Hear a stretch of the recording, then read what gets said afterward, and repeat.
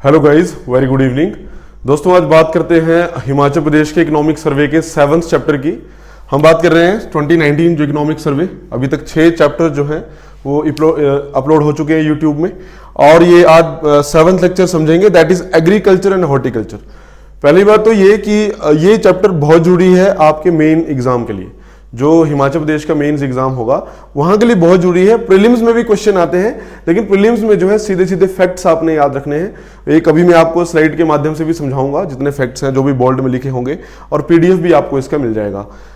Fact तो समझेंगे ही, साथ में मेंस के लिए यहां से यूजुअली क्वेश्चन आता है, या तो हॉर्टिकल्चर का सिनेरियो क्या है हिमाचल प्रदेश में, वहां से क्वेश्चन आएगा, तो आपको अच्छे पॉइंट्स वहां पे चाहिए होंगे। और ओवरऑल जो है वो एग्रीकल्चर में भी क्वेश्चन आ सकता है कि क्या यहाँ पे चैलेंजेस हैं और क्या पॉजिटिव पॉइंट्स है, क्या एग्रो क्लाइमेटिकली सूटेबल है एग्रीकल्चर के लिए या सूटेबल नहीं है। ठीक है, तो वो सारे पॉइंट जो हैं हम उनको एक एक करके डिस्कस करेंगे। लेकिन अगर इंट्रोडक्शन की बात करें इस चैप्टर की, एग्रीकल्चर इन जनरल आप टर्म समझते हैं, और हॉर्टिकल्चर स्पेसिफिकली फ्रूट्स और वेजिटेबल के प्रोडक्शन को कहा जाता है। एग्रीकल्चर में तो सब कुछ ही आ जाता है, उसमें अलाइड एक्टिविटीज भी आ जाएंगी, हॉर्टिकल्चर भी आ जाएगा, और सीरियल्स का प्रोडक्शन भी आ जाएगा। ठीक है, जो भी चाहे आपके ऑयल सीड्स हैं या अलाइड एक्टिविटीज में फिर आगे वो जैसे बी कीपिंग है वो उसमें आ जाएगा, या सिल्क कल्चर है। तो ये कलेक्टिव टर्म है, और usually agriculture and allied activities जो है वो वर्ड यूज किया जाता है। अब कुछ फैक्ट्स हैं हिमाचल प्रदेश में एग्रीकल्चर से संबंधित, पहले हम उनको समझ लेते हैं।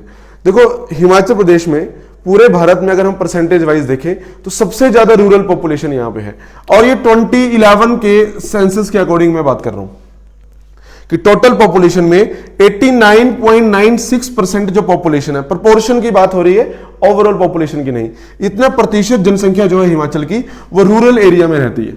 तो आप आइडिया लगा सकते हैं कि 89.96 यानी कि 90% की हम बात कर रहे हैं लगभग, तो 90% के आसपास लोग जो हैं वो रूरल एरियाज में रहते हैं। तो जब रूरल एरियाज में रहेंगे तो फिर ज्यादा काम भी जो है वो खेती बाड़ी ही होगा। ठीक है, एग्रीकल्चर और अलाइड एक्टिविटी जो है वहां पे ज्यादा लोग एंगेज्ड हैं। एम्प्लॉयमेंट की बात करें तो ये एग्रीकल्चर और अलाइड एक्टिविटी जो है ये 69% लोगों को यहां पे रोजगार देता है। लेकिन ये देखो, ये बहुत स्क्यूड सिनेरियो है। मतलब आप ऐसा मान लो कि 100 में से 69 लोग जो है वो एग्रीकल्चर में काम कर रहे हैं, लेकिन जब पूरे साल का हमारा स्टेट डोमेस्टिक प्रोडक्ट जब वो कैलकुलेट होता है तो सिर्फ 12.73% जो जीएसडीपी का हिस्सा है वो एग्रीकल्चर से आता है। अगर रफली में आपको समझाऊं, जैसे अगर किसी को स्टेट डोमेस्टिक प्रोडक्ट का मतलब पता नहीं है, जितनी भी वस्तुएं हिमाचल में एक साल में बनती हैं उनकी मॉनेटरी वैल्यू को हम जीडीपी बोल देते हैं। ठीक है, that is total monetary value of goods and services produced in the geographical area of Himachal Pradesh with in a financial year, उसको ग्रोस स्टेट डोमेस्टिक प्रोडक्ट बोला जाता है। तो जितना भी यहां पे जीएसडीपी है उसका सिर्फ लगभग 13% के आसपास, यानी कि 12.73 एग्जैक्टली जो है, इतना परसेंट आएगा उस जीडीपी का हिस्सा एग्रीकल्चर सेक्टर से। जो भी यहां प्रोड्यूस होगा उसको बेच के जो पैसे आएंगे वो टोटल इतने होंगे, इतने प्रतिशत होंगे। और लोग कितने काम कर रहे हैं, दैट इज 69%। कितना स्क्वीड सिनेरियो है। इसका मतलब क्या है कि हिडन अनएम्प्लॉयमेंट बहुत ज्यादा है, जिसको हम डिसगाइज्ड अनएम्प्लॉयमेंट बोलते हैं, कि उतने लोगों की जरूरत नहीं है, उतने लोग यहां पे काम कर रहे हैं। तो एक इकोनॉमिक्स में टर्म होती है डिसगाइज्ड अनएम्प्लॉयमेंट, जो आपने पढ़ी होगी। अब इसमें देखो, ये तो मेन फैक्ट्स हो गए आपको लिखने के लिए, लेकिन क्रिटिकल एनालिसिस कभी आ सकती है, या इसको कैसे इंप्रूव किया जा सकता है कि लोग तो 69% है जिनको रोजगार एग्रीकल्चर से मिल रहा है, लेकिन उनके मुकाबले प्रोडक्शन बहुत कम है, जो मॉनेटरी वैल्यू है उस प्रोड्यूस की वो बहुत ज्यादा कम है। इसको कैसे बढ़ाया जा सकता है? एक टर्म होती है दैट इज कॉल्ड एक्रिएज।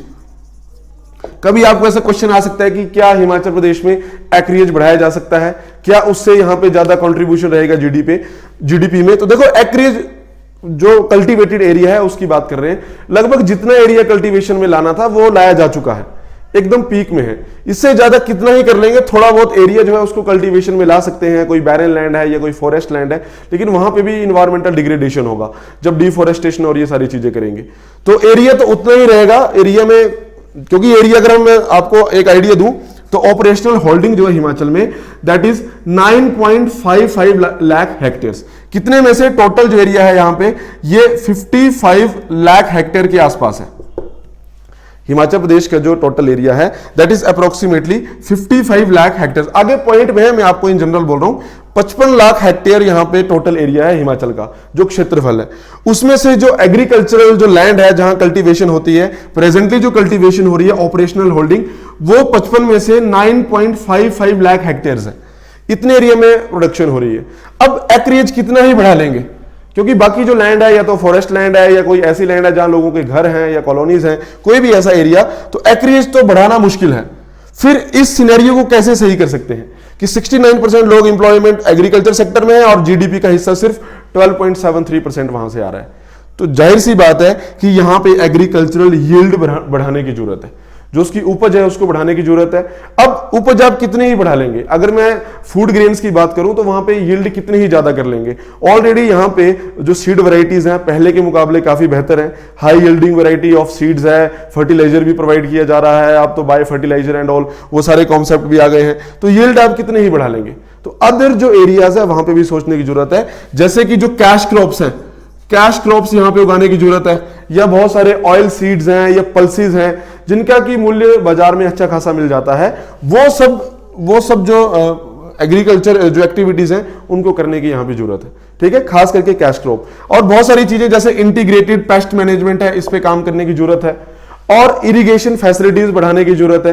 क्यों? Because 80% of the cultivated area in Himachal Pradesh is rain fed, कि अभी भी we are on the mercy of nature, कि जिस साल अगर बारिश अच्छी हो गई तो फसल अच्छी हो जाएगी।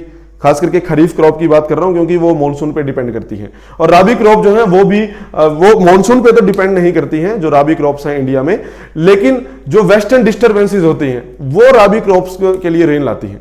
अब ये ज्योग्राफी का कॉन्सेप्ट है, वेस्टर्न डिस्टर्बेंसेस, आपको आइडिया होगा कि जो मेडिटेरेनियन सी से उठ के जो यहाँ पे जो हवाएं आती हैं, ठीक है, जो दिसंबर जनवरी में बारिश करती हैं। तो कहने का मतलब यह है कि 80% जो यहाँ पे एरिया है, 80% जो एरिया है cultivable area, that is rain fade, तो बारिश के भरोसे है। तो अदर जो इरिगेशन सोर्सेज हैं उनको यहाँ पे तैयार करने की जरूरत है। ठीक है, ये सब चीजें हम बढ़ा सकते हैं। तो एक्रेज बढ़ाने से कुछ नहीं होगा। अदर जो जैसे ऑफ सीजन वेजिटेबल है उनको ग्रो कर सकते हैं, मार्केट में उनको बेचा जा सकता है, या पॉली हाउस जैसी जो स्कीम्स हैं वो सरकार यहाँ पे ऑलरेडी कर रही है कि अभी सीजन नहीं है लेकिन फिर भी आप पॉली हाउस में जो है वो सुटेबल टेम्परेचर और वो क्लाइमेटिक कंडीशन देके वहां पे फसल उगा सकते हैं। तो ऐसी बहुत सारी चीजें हैं, कैश क्रॉप्स हैं, कैश्यूज एंड ऑल, उन सब पे भी यहाँ पे काम हो सकता है। जैसे किन्नौर घाटी में सैफरॉन उसकी कल्टीवेशन होती है, और सैफरॉन आपको आइडिया होगा कि ऑलरेडी कितना ज्यादा वो कॉस्टली जो है मार्केट में वो सेल होता है। ठीक है, तो वो सब यहाँ पे करने की जरूरत है। इंटीग्रेटेड पेस्ट मैनेजमेंट करने की जरूरत है, बायोलॉजिकल तरीके से उसको कंट्रोल किया जा सकता है, या जो इफेक्टिव सीड्स हैं वो उनको लाने की जरूरत है, या जो रोजगार जो अवेयरनेस कैंपेन्स हैं उनको यहां पे लाने की जरूरत है। मिडल मैन को कम किया जाए, जो ये दलाली सिस्टम होता है उसको कम किया जाए। एग्रीकल्चरल मार्केट्स जो है ऑलरेडी हिमाचल में स्टैब्लिश हो चुकी हैं। ठीक है, और उस तरह से जो किसान है वो सीधा अपना सामान उन ऑनलाइन देख के क्या मार्केट में भाव मिल रहा है वो होलसेल में बेच सकता है। नहीं तो पहले दलाली सिस्टम होता था कि एक बंदा आएगा, वो किसान को बोलेगा कि भाई मंडी में 15 रुपए चल रहा है, किसान से खरीद लेगा और आगे जो है मंडी में 30 रुपए में बेच देगा। किसान को एग्जैक्टली पता नहीं होता था कि भाव क्या चल रहा है। ठीक है, तो अब बहुत सारी एपीएमसी जो है उनका गठन हो चुका है, एग्रीकल्चर प्रोड्यूस मार्केटिंग कमेटी वगैरह। तो वो बहुत सारे पॉइंट्स है, इसी चैप्टर में हम उनको समझेंगे। तो जब भी आपको एग्रीकल्चर से क्वेश्चन आएगा, ऐसा मेंस में कोई क्वेश्चन बनेगा, सब कुछ आपने वहां पे मेंशन करना है। और डिपेंड करता है कि क्वेश्चन क्या पूछा जाता है, कि अगर उसके चैलेंजेस पूछे जा रहे हैं, वहां पे सॉल्यूशन पूछे जा रहे हैं, या आपका अपना सुझाव क्या रहेगा, या इन जनरल लिखने को आएगा तो आपने इस तरह के फैक्ट्स लिख के वहां पे शुरुआत आप कर सकते हैं। ठीक है, तो अभी मैंने आपको पॉइंट बताया कि रूरल एरिया जो है, यहाँ पे जो रूरल हिमाचल प्रदेश का जो मोस्टली एरिया है दैट इज रूरल एरिया, और कितना, लगभग 90%, 89.96% टू बी प्रिसाइज। और एम्प्लॉयमेंट 69% लोगों को मिलता है। बहुत स्क्यूड सिनेरियो है क्योंकि ग्रॉस डोमेस्टिक प्रोडक्ट में सिर्फ 12.73% यहां से आता है। और ऑपरेशनल होल्डिंग की बात करें तो 9.55 लाख की 55 लाख हेक्टेयर यहां पे टोटल क्षेत्रफल है, और उसमें से 9.55 लाख हेक्टेयर जो है ये एरिया ऑपरेशनल होल्डिंग में आता है। ठीक है, जो कल्टीवेबल है। और कितने फार्मर्स टोटल हैं? 9.6 लाख जो है इतने फार्मर हैं। अब आप आइडिया लगा लो कि 9.55 लाख हेक्टेयर जमीन है और 9.61 लाख जो है वो किसान है। इसका मतलब क्या हुआ कि एवरेज, ऑन एन एवरेज देखें तो 1 हेक्टेयर जो है वो पर फार्मर यहां पे है। कि अगर ये आपको एमसीक्यू बन सकता है कि हिमाचल प्रदेश में जो एवरेज लैंड होल्डिंग है, एग्रीकल्चरल लैंड की मैं बात कर रहा हूं, जो एवरेज लैंड होल्डिंग है पर फार्मर वो कितनी है, वो 1 हेक्टेयर है। अब जरूरी नहीं कि सबके पास 1 हेक्टेयर है, किसी के पास तो जमीन ही नहीं है, किसी के पास 8-10 हेक्टेयर भी है। लेकिन अगर इस सिनेरियो को हम समझें कि 9.55 लाख हेक्टेयर ऑपरेशनल होल्डिंग है और 9.61 लाख वहां पे फार्मर है, तो आइडिया लगा सकते हैं कि एक बंदे के पास लगभग 1 हेक्टेयर जमीन तो है ऑन एन एवरेज। अभी बात करेंगे कि स्मॉल फार्मर कौन से होते हैं, मार्जिनल कौन से होंगे, लार्ज फार्मर कौन से होंगे, ठीक है, वो नेक्स्ट टॉपिक हम उसमें करने वाले हैं। तो ये एक इंट्रोडक्शन थी एग्रीकल्चर और हॉर्टिकल्चर सेक्टर की, या एग्रीकल्चर एंड अलाइड एक्टिविटीज आप बोल सकते हैं, ठीक है। तो मेंस के लिए भी और प्री के लिए भी ये फैक्ट जो है वो आपके लिए बहुत ज्यादा महत्वपूर्ण है। अभी आगे बात करते हैं।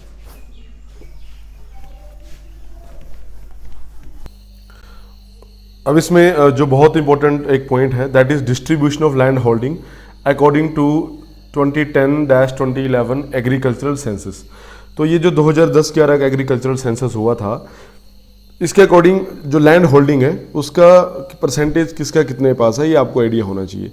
तो 87.95% सबसे ज़्यादा जो लैंड होल्डिंग यहाँ पे है वो स्मॉल और मार्जिनल फार्मर के पास है, और 11.71% जो है वो सेमी मीडियम और मीडियम फार्मर के पास है, और लार्ज फार्मर यहाँ पे 1% से भी कम है, इनफैक्ट आधे % से भी कम है, 0.34%। अब आप आइडिया लगा सकते हैं कि अगर लार्ज फार्मर ही यहाँ पे नहीं है तो ये इसका एक नेगेटिव पॉइंट ये है कि मैकेनाइजेशन वगैरह करना बहुत मुश्किल हो जाता है। अब जिसके पास इतनी कम ज़मीन है, अब देखो स्मॉल एंड मार्जिनल फार्मर क्या होता है मैं यहाँ आपको एक्सप्लेन करता हूँ। जैसे कि जो मार्जिनल फार्मर है उसके पास तो 1 हेक्टेयर से भी कम लैंड होती है, तो और जो स्मॉल फार्मर है उसके पास 1 से 2 हेक्टेयर के बीच में। तो मोस्टली किसान तो 87% तो इसी कैटेगरी के हैं कि अगर मैक्सिमम से मैक्सिमम भी मान लेंगे तो 2 हेक्टेयर तक उनके पास ज़मीन होगी। तो उसके लिए वो मैकेनाइजेशन क्यों करेंगे, बंदा ट्रैक्टर और उन जैसी चीज़ों में निवेश क्यों करेगा, क्योंकि उसकी लैंड होल्डिंग बहुत कम है। तो अनलेस की लार्ज फार्मर यहाँ पर ज़्यादा हो तो ये मैकेनाइजेशन वगैरह जो है वो लोग कर नहीं पाते हैं, वो उतनी सफल नहीं हो पाती है। अब इसमें ये कैटेगरी समझ लेते हैं। ये मेंस में भी पहले क्वेश्चन आ चुका है, 2017 का जो मेंस था वहाँ पे क्वेश्चन आया था कि ये marginal, small, semi medium, medium या जो कैटेगरी ऑफ फार्मर्स हैं वो हिमाचल में किस तरह से हैं। तो अलग जगह अपने अपने तरीके से हो सकती है। हिमाचल की जो क्लासिफिकेशन है, जिसके पास 1 हेक्टेयर से कम लैंड है वो मार्जिनल फार्मर है, और 1 से 2 हेक्टेयर के बीच वाला स्मॉल फार्मर है, 2 से 4 हेक्टेयर वाला जो है वो सेमी मीडियम, देन 4 से 10 हेक्टेयर तक मीडियम फार्मर, और 10 हेक्टेयर से ज़्यादा अगर किसी के पास लैंड है तो वो लार्ज फार्मर है। अब ये आगे का डेटा इतना भी जरूरी नहीं है, क्योंकि फिर आप कितना ज़्यादा याद करेंगे, फिर सबकी परसेंटेज आपको याद रखनी पड़ेगी। तो ये तो इतना ज़्यादा जरूरी नहीं है। अब देखो 1 हेक्टेयर से कम वाले को मार्जिनल फार्मर बोलते हैं, और यहाँ पे जो एवरेज है बंदों के पास वो कितना है, 0.41, मतलब ये आधे से भी कम है। अगर एवरेज होल्डिंग यहाँ पे देखें तो आधे हेक्टेयर से भी कम ही है।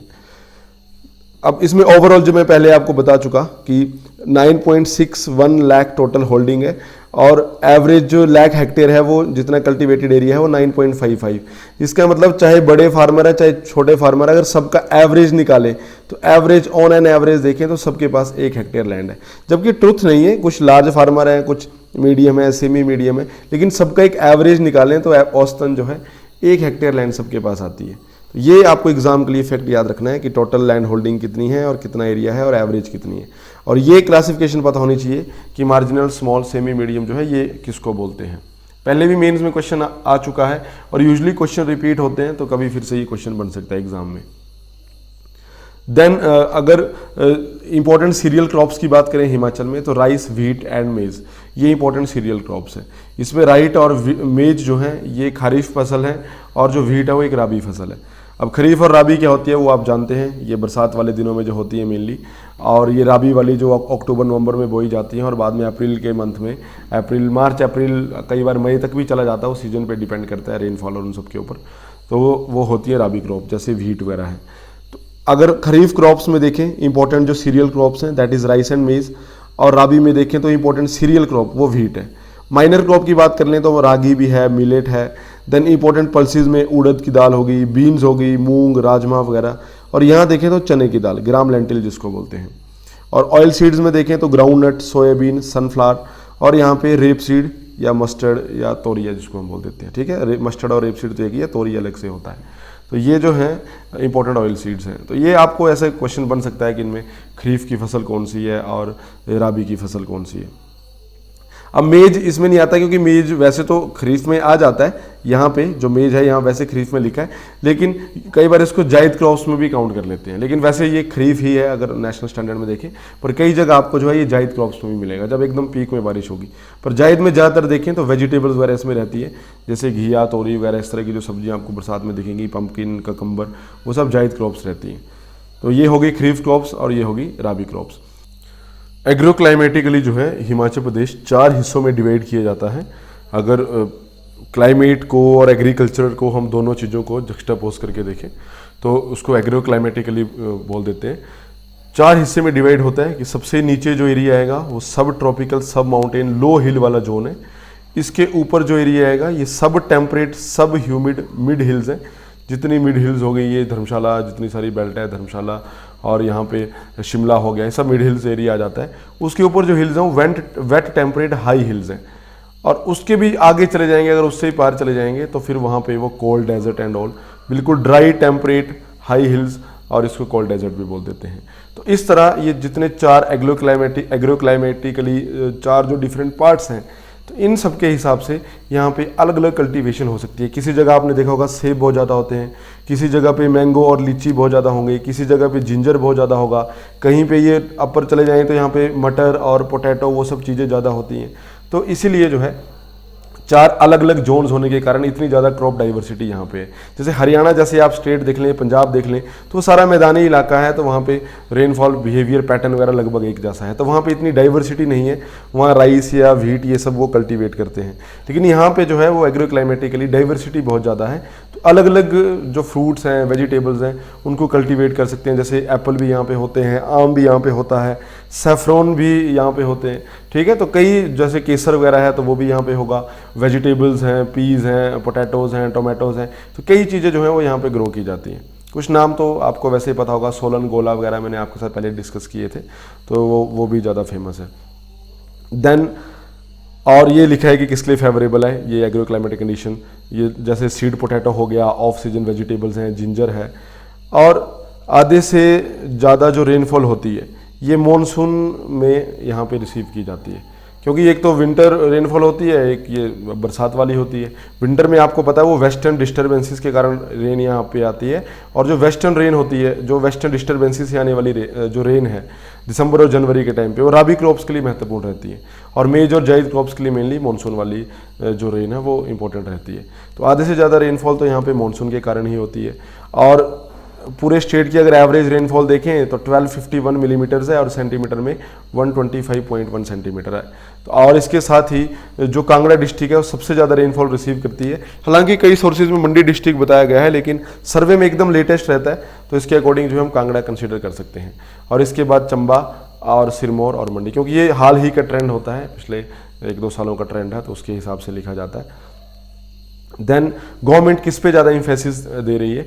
गवर्नमेंट इम्फेसिस कर रही है जो ये ऑफ सीजन वेजिटेबल्स हैं, ऑफ सीजन वेजिटेबल हैं। इसके अलावा potato, ginger, pulses, oil seeds हैं। मतलब सीरियल क्रॉप का प्रोडक्शन तो बढ़ाएंगे, लेकिन इन सब पे भी ज़्यादा ध्यान दिया जाएगा। जो किसान है उनको टाइम पे इनपुट्स मिलने चाहिए, मतलब बीज, खाद वगैरह वो सारी चीज़ें टाइम पे मिलनी चाहिए। और इसके अलावा अच्छी जो फार्म टेक्नोलॉजी है वो मिलनी चाहिए। पुराने जो बीज हैं वो टाइम पे रिप्लेस होने चाहिए। इंटीग्रेटेड पेस्ट मैनेजमेंट जो है वो उसको भी यहाँ पे प्रमोट कर रहे हैं। हर तरीके से जो है पेस्ट कंट्रोल किया जा सके, वो बायोलॉजिकल भी हो, वो केमिकल भी हो। देन ज़्यादा से ज़्यादा जो एरिया है वो एफिशिएंट यूज़ ऑफ वाटर के अंडर लाना है। मतलब एफिशिएंट यूज़ ऑफ वाटर कैसे हो पाएगा? माइक्रो इरिगेशन एंड ऑल, जब ये सारी प्रोसेसेस यूज़ करेंगे तब पानी जो है एफिशिएंट तरीके से यूज़ हो पाएगा। देन मॉनसून की अगर हम बात करें, ये 2019 वाला जो मॉनसून सीजन था, क्योंकि हम पढ़ रहे हैं 2019-20 का इकोनॉमिक सर्वे, तो 1 अप्रैल 2019 से 31 मार्च 2020 तक क्या होगा उसके बारे में इसमें लिखा जाता है। अब ये सर्वे एग्जैक्टली जो बन जाता है तो दिसंबर तक का डेटा इसमें लिखा जाता है। तो 2020 अभी पूरा खत्म नहीं हुआ था, 31 मार्च को खत्म होना था, उससे पहले ही दिसंबर में जो है ये दिसंबर तक का डेटा इसमें लिया जाता है। तो हिमाचल जो है, अगर पूरी तरह से हिमाचल देखें तो 2019-20 का जो मॉनसून सीजन था, जून से सितंबर के बीच में जो मॉनसून सीजन होता है, तो एनुअल रेनफॉल से 10% ये कम रही है। मतलब जितना एक पिछली बार जो बारिश हुई थी, जो एनुअल रेनफॉल हुआ था, नॉर्मल जो एनुअल रेनफॉल था, उससे 10% ओवरऑल देखें तो रेनफॉल कम हुई है। अब डिस्ट्रिक्ट वाइज अगर देखें तो सबसे ज़्यादा जो, अब मैं ओवरऑल सबसे ज़्यादा नहीं बोल रहा हूँ, देखो ये एक्सेस और ये किसके आधार पे निकाला गया है, जहाँ पे पिछली बार के मुकाबले 20% या उससे ज़्यादा बारिश होगी। जैसे बिलासपुर में मान लो पिछली बार 100 सेंटीमीटर हुई होगी और इस बार अगर 120 सेंटीमीटर हो गई तो 20% की रेंज में आ गया, तो इसको एक्सेस में गिना जाएगा। ओवरऑल तो कांगड़ा ही रिसीव कर रहा है, ओवरऑल की बात नहीं हो रही है। लेकिन अपने ही, जैसे बिलासपुर में पिछली बार 100 हुई तो इस बार कितनी हुई, हो सकता है कांगड़ा में पिछली बार 1000 सेंटीमीटर हुई हो और इस बार जो है 110 सेंटीमीटर हुई हो, तो सिर्फ 10 का ही यहाँ पे फर्क पड़ा। तो ओवरऑल तो कांगड़ा ज़्यादा है, लेकिन एक्सेस, नॉर्मल और डेफिशिएंट इस हिसाब से काउंट करते हैं, पिछली बार कितना थे उसके मुकाबले कम ज़्यादा कितना है। तो एक्सेस रेनफॉल हुई बिलासपुर में, एक्सेस का क्राइटेरिया आपको पता है। नॉर्मल रेनफॉल हुई, नॉर्मल अगर 20% से कम है, जैसे 19% अगर पिछली बार के मुकाबले ज़्यादा हो गई है या 19% ही कम हो गई है, 19.9 तक भी जाए तब भी वो सेम में ही माना जाता है। तो नॉर्मल हुई मोस्टली सारे डिस्ट्रिक्ट में, हमीरपुर, कांगड़ा, कुल्लू, मंडी, शिमला, सिरमौर, सोलन और ऊना। लेकिन डेफिशिएंट कहाँ पे हुई, जहाँ 20% से कम पिछली बार के मुकाबले, 20% से कम और -59 तक की हम बात कर रहे हैं, तो वो काउंट होती है डेफिशिएंट में। चंबा, किन्नौर और लाहौल स्पीति, यहाँ पे डेफिशिएंट रेनफॉल है। उससे भी कम अगर पिछली बार के मुकाबले -60% से -99 तक चला जाएगा तो फिर इसको स्कैंटी रेनफॉल बोल देते हैं। ये तो एकदम ड्रॉट लाइक कंडीशन फिर हो जाएंगी। ये मानसून का आपको आइडिया होना चाहिए। तो यहाँ से MCQ के क्या बन सकता है कि पिछली बार के मुकाबले जो है मानसून सीजन जून से सितंबर 2019 में 10% कम बारिश रही थी, एक्सेस बिलासपुर में रही और डेफिशिएंट चंबा, किन्नौर और लाहौल स्पीति में रही। जितने बच गए वहाँ पे फिर नॉर्मल रेनफॉल होगी। और देखो अब ऐसे जो पॉइंट्स हैं ये एकदम कोर फैक्ट हैं, याद करने वाले हैं, एक आधी बार नज़र दे लेनी है, नहीं तो इतना झूरी भी नहीं है कि यहाँ से क्वेश्चन बनेगा। तो क्रॉप परफॉर्मेंस 2018-19 की बात करें तो एक एवरेज ईयर था। फूड ग्रेन जो है उस साल इतना हुआ था, 2018-19 की बात कर रहा हूँ। तो पिछली बार जो था वो 15.81 था 2017-18 में, और 18-19 की बात करें तो उसमें 16.992 था। ठीक है, ये 15.81 था और ये 16.92 था। तो यहाँ पे जो है ये बड़ा है। अब इसमें कुछ एक्सप्लेनेटरी नहीं है कि इस साल कितना हुआ, वो आप आइडिया लगा सकते हैं, क्योंकि इतना याद नहीं रख पाएंगे। जिस तरह से इस चैप्टर में इतने ज़्यादा फैक्ट्स हैं, इतने ज़्यादा स्टैट्स हैं कि इतना याद रख पाना मुश्किल है। तो भलाई इसी में है कि आप ये कोर फैक्ट इग्नोर कर दें। इनकेस एक आधा क्वेश्चन आ भी जाएगा तो मुझे नहीं लगता है कि इतना भी कोई रट्टू होगा कि इतनी सारी चीज़ें वो याद करके क्या होगा, क्योंकि इस बहुत ज़्यादा फैक्ट हैं, आप कितने ही फैक्ट याद कर पाएंगे। देन क्रॉप प्रोस्पेक्ट की बात करें, क्योंकि 2019-20 के दिसंबर तक ये सर्वे बन जाता है, तो उसके बाद की डिटेल नहीं होती है। तो पहले प्रोस्पेक्ट कितना लगाया गया है, अनुमान कितना लगाया गया है, टोटल फूड ग्रेन प्रोडक्शन कितना होगा 2019-20 में, ये 16.36 लाख मीट्रिक टन, इतना ज़्यादा इन्होंने अनुमान लगाया कि इतना फूड ग्रेन प्रोडक्शन हो सकता है। और इतना एरिया जो है उसमें कल्टीवेट किया गया है खरीफ क्रॉप्स के अंडर अगर हम बात करें। देन फूड ग्रेन प्रोडक्शन में अगर ग्रोथ की बात करें तो ये मैं आपको पहले बता चुका हूँ कि एक लिमिटेड स्कोप है, कि अब एक्सपेंशन करना बहुत मुश्किल है। ऐसा नहीं है कि अब कहीं से और लैंड लाएंगे और उसको फिर कल्टीवेट करेंगे, या फॉरेस्ट, जो भी लैंड है जो कल्टीवेट करने लायक थी वो कल्टीवेट हो चुकी है। अब या तो फॉरेस्ट एरिया बचता है या तो कोई और दूसरा किसी का इस तरह का प्राइवेट लैंड है जहाँ वो कल्टीवेशन नहीं करना चाह रहा है, तो ये मुश्किल है। अब इसीलिए पूरी कंट्री की तरह हिमाचल भी अब उस पीक में पहुंच गया है जहाँ पे कल्टीवेबल लैंड जो है लिमिटेड है। इसलिए किस पे ज़्यादा महत्व देना होगा कि लैंड उतनी ही बहुत है, लेकिन क्रॉप डाइवर्सिफिकेशन वगैरह में ज़्यादा महत्व देना होगा। कमर्शियल क्रॉप की तरफ जो है लोग ज़्यादा शिफ्ट हो रहे हैं और इसकी वजह से फूड ग्रेन प्रोडक्शन जो है वो धीरे धीरे कम हो रहा है। 1997 और 98 की बात करें, 1997 और 98 की, तो 853.88 थाउजेंड हेक्टेयर इतना एरिया फूड ग्रेन प्रोडक्शन में यूज़ होता था, और ये एरिया 2018-19 तक 732.62 इतना हेक्टेयर रह गया। तो लगभग 100 हेक्टेयर के आसपास जो है, 1000 हेक्टेयर के आसपास जो है ये 100 हेक्टेयर के आसपास जो है ये एरिया कम हुआ है। देन ये जो एरिया कम हुआ है, तो ये जो एरिया कम हुआ है इसके कारण फूड ग्रेन प्रोडक्टिविटी में हमें डिफरेंस देखने को मिलता है। और जो एरिया फूड ग्रेन से हटाया गया है तो वो कहीं ना कहीं तो यूज़ हो रहा होगा, तो वही सब वहाँ पे off season vegetables, potato and all, तो एक डाइवर्सिफिकेशन वगैरह जो है वो यहाँ पे कर रहे हैं। अब फूड ग्रेन प्रोडक्शन की अगर बात कर लें तो एक आंकड़े यहाँ पे दिए हैं, काफ़ी मतलब इतने लोडन फैक्ट्स हैं इसमें कि याद नहीं होगा, लेकिन इतना आइडिया होना चाहिए कि हिमाचल में सबसे ज़्यादा यूजुअली क्या होता है। तो मेज जो है अगर हम मीट्रिक टन के हिसाब से देखेंगे, उसके वजन के हिसाब से देखेंगे, सबसे ज़्यादा मेज़ होती है। 2018-19 में मेज़ हुई थी, 2019-20 में जो अप्रोक्सीमेट था, टेंटेटिव जो दिया है, तो ये भी मेज़ ही होने वाली है, क्योंकि पहले ही वो अब दिसंबर तक बन गया था, फाइनेंशियल ईयर 31 मार्च को ख़त्म होना था, सर्वे तो यहाँ तक बन गया है, तो जितना टेंटेटिव अनुमान लगा लिया जाता है कि इतना वो रहेगा। ये ऊपर आपको बताया कि इतना आइडिया था फूड ग्रेन प्रोडक्शन होने का। कमर्शियल क्रॉप्स की बात करें तो वजन के हिसाब से, मीट्रिक टन के हिसाब से जो वेजिटेबल्स हैं वो सबसे ज़्यादा ग्रो होती है, और इसमें फूड ग्रेन में मेज़ है। मेज़ के बाद जो है वो व्हीट है, और फिर व्हीट के बाद जो होगा दैट इज़ राइस। देन ये हाई यील्डिंग वैरायटी प्रोग्राम तो आपने सुना ही होगा कि अच्छी क्वालिटी के जो सीड्स हैं वो प्रोवाइड करने हैं, जिनकी यील्ड बहुत ज़्यादा होगी। ये मेनली ग्रीन रिवोल्यूशन वगैरह जब इंडिया में आया तो उस टाइम ये चीज़ इंट्रोड्यूस की गई थी। तो फूड ग्रेन के प्रोडक्शन के लिए इन पे महत्व देना बहुत ज़्यादा जरूरी है। इसीलिए हिमाचल में जो है ये 20 सीड मल्टीप्लिकेशन फार्म जो है ये सेटअप हो चुके हैं। यहाँ पे जो मेन फाउंडेशन सीड है वो बनाया जाता है, और फिर वो रजिस्टर्ड फार्मर्स को डिस्ट्रीब्यूट किया जाता है, जो भी एग्रीकल्चरल सोसाइटी या ब्लॉक्स वगैरह हैं उनके माध्यम से आगे डिस्ट्रीब्यूट किया जाता है। इसके अलावा 3 वेजिटेबल डेवलपमेंट स्टेशन भी हैं, 12 पोटैटो डेवलपमेंट स्टेशन भी हैं, और एक जिंजर डेवलपमेंट स्टेशन भी हिमाचल प्रदेश में है। तो ध्यान रखना है 20 सीड मल्टीप्लिकेशन फार्म है जहाँ सीरियल क्रॉप्स के लिए सीड बनाए जाते हैं, 3 वेजिटेबल डेवलपमेंट के लिए हैं, 12 पोटैटो डेवलपमेंट स्टेशन हैं, और एक जो है वो जिंजर डेवलपमेंट स्टेशन है। अब जो एरिया है हाई यील्डिंग वैरायटीज़ के अंडर जो एरिया लाया गया है 2017-18 में अगर बात करें तो मेज़ में 280 था, ये इतना 3 जीरो लगे हैं तो इतना 1000 की आगे बात कर देते हैं, इतना 1000 हेक्टेयर। देन पैडी जो है ये 71 और व्हीट इतना ज़्यादा, तो ये इतना भी जरूरी नहीं है, यहाँ से हार्डली कोई क्वेश्चन बनेगा इस तरह के आंकड़े से कि आपसे कोर आंकड़ा पूछ लिया जाएगा। तो एरिया जो है हाई यील्डिंग वैरायटी सीड में आप आइडिया लगा सकते हैं कि किस में कितना ज़्यादा है। तो सबसे ज़्यादा जो है वो व्हीट में है, व्हीट में हाई यील्डिंग जो सीड्स हैं वो सबसे ज़्यादा यूज़ किए जा रहे हैं। 330,000 हेक्टेयर जो एरिया है वो व्हीट में है, उसके बाद फिर मेज़ में, और मेज़ के बाद फिर वो पैडी में है। देन प्लांट प्रोटेक्शन की बात करें तो यहाँ पे हर साल जो है एक चैलेंज रहती है कि डिजीज़, इंसेक्ट और पेस्ट वगैरह, इनसे प्लांट को जो है बहुत ज़्यादा खतरा रहता है। तो इसीलिए जो शेड्यूल कास्ट या शेड्यूल ट्राइब हैं या IRDP फैमिलीज़ हैं या फिर बैकवर्ड एरियाज़ के जो फार्मर हैं या उसके अलावा स्मॉल और मार्जिनल फार्मर जो हैं, उनको प्लांट प्रोटेक्शन केमिकल और इक्विपमेंट ये 50% जो है इतनी कॉस्ट में प्रोवाइड किए जाते हैं। जैसे मान लो कोई केमिकल अगर 200 रुपये का है तो उनसे फिर 100 ही रुपये लिया जाएगा, सरकार जो है 50% इसमें भी सब्सिडी दे रही है। तो जो फैमिली है वो मैंने आपको बता दी, SC, ST, IRDP और स्मॉल एंड मार्जिनल फार्मर्स और बैकवर्ड एरिया के जो फार्मर है।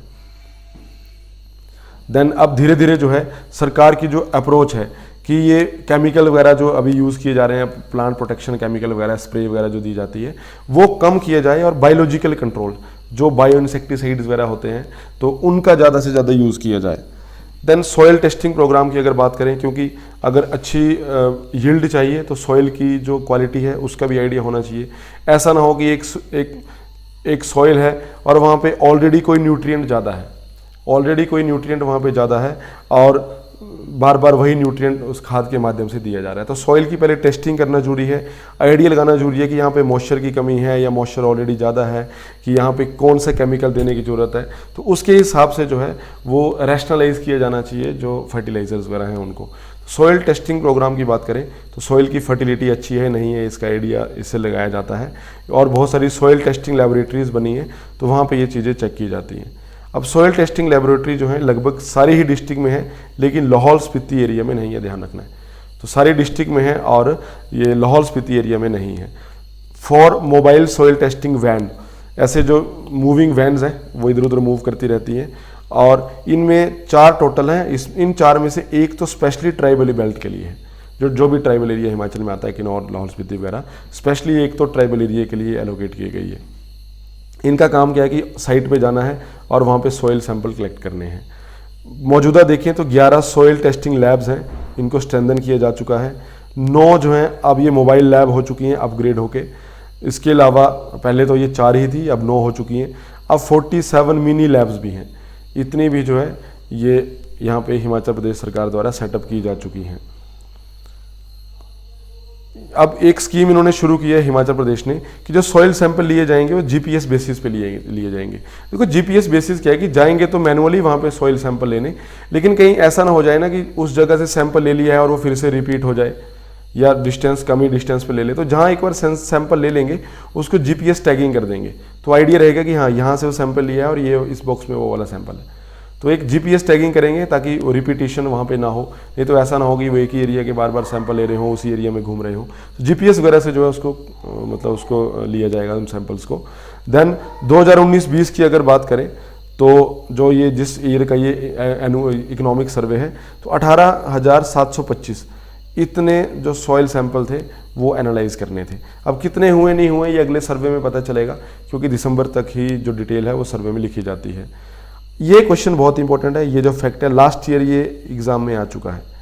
ये जो सॉइल टेस्टिंग सर्विस है इसको हिमाचल प्रदेश सरकार ने HP government public service act में जगह दे दी है।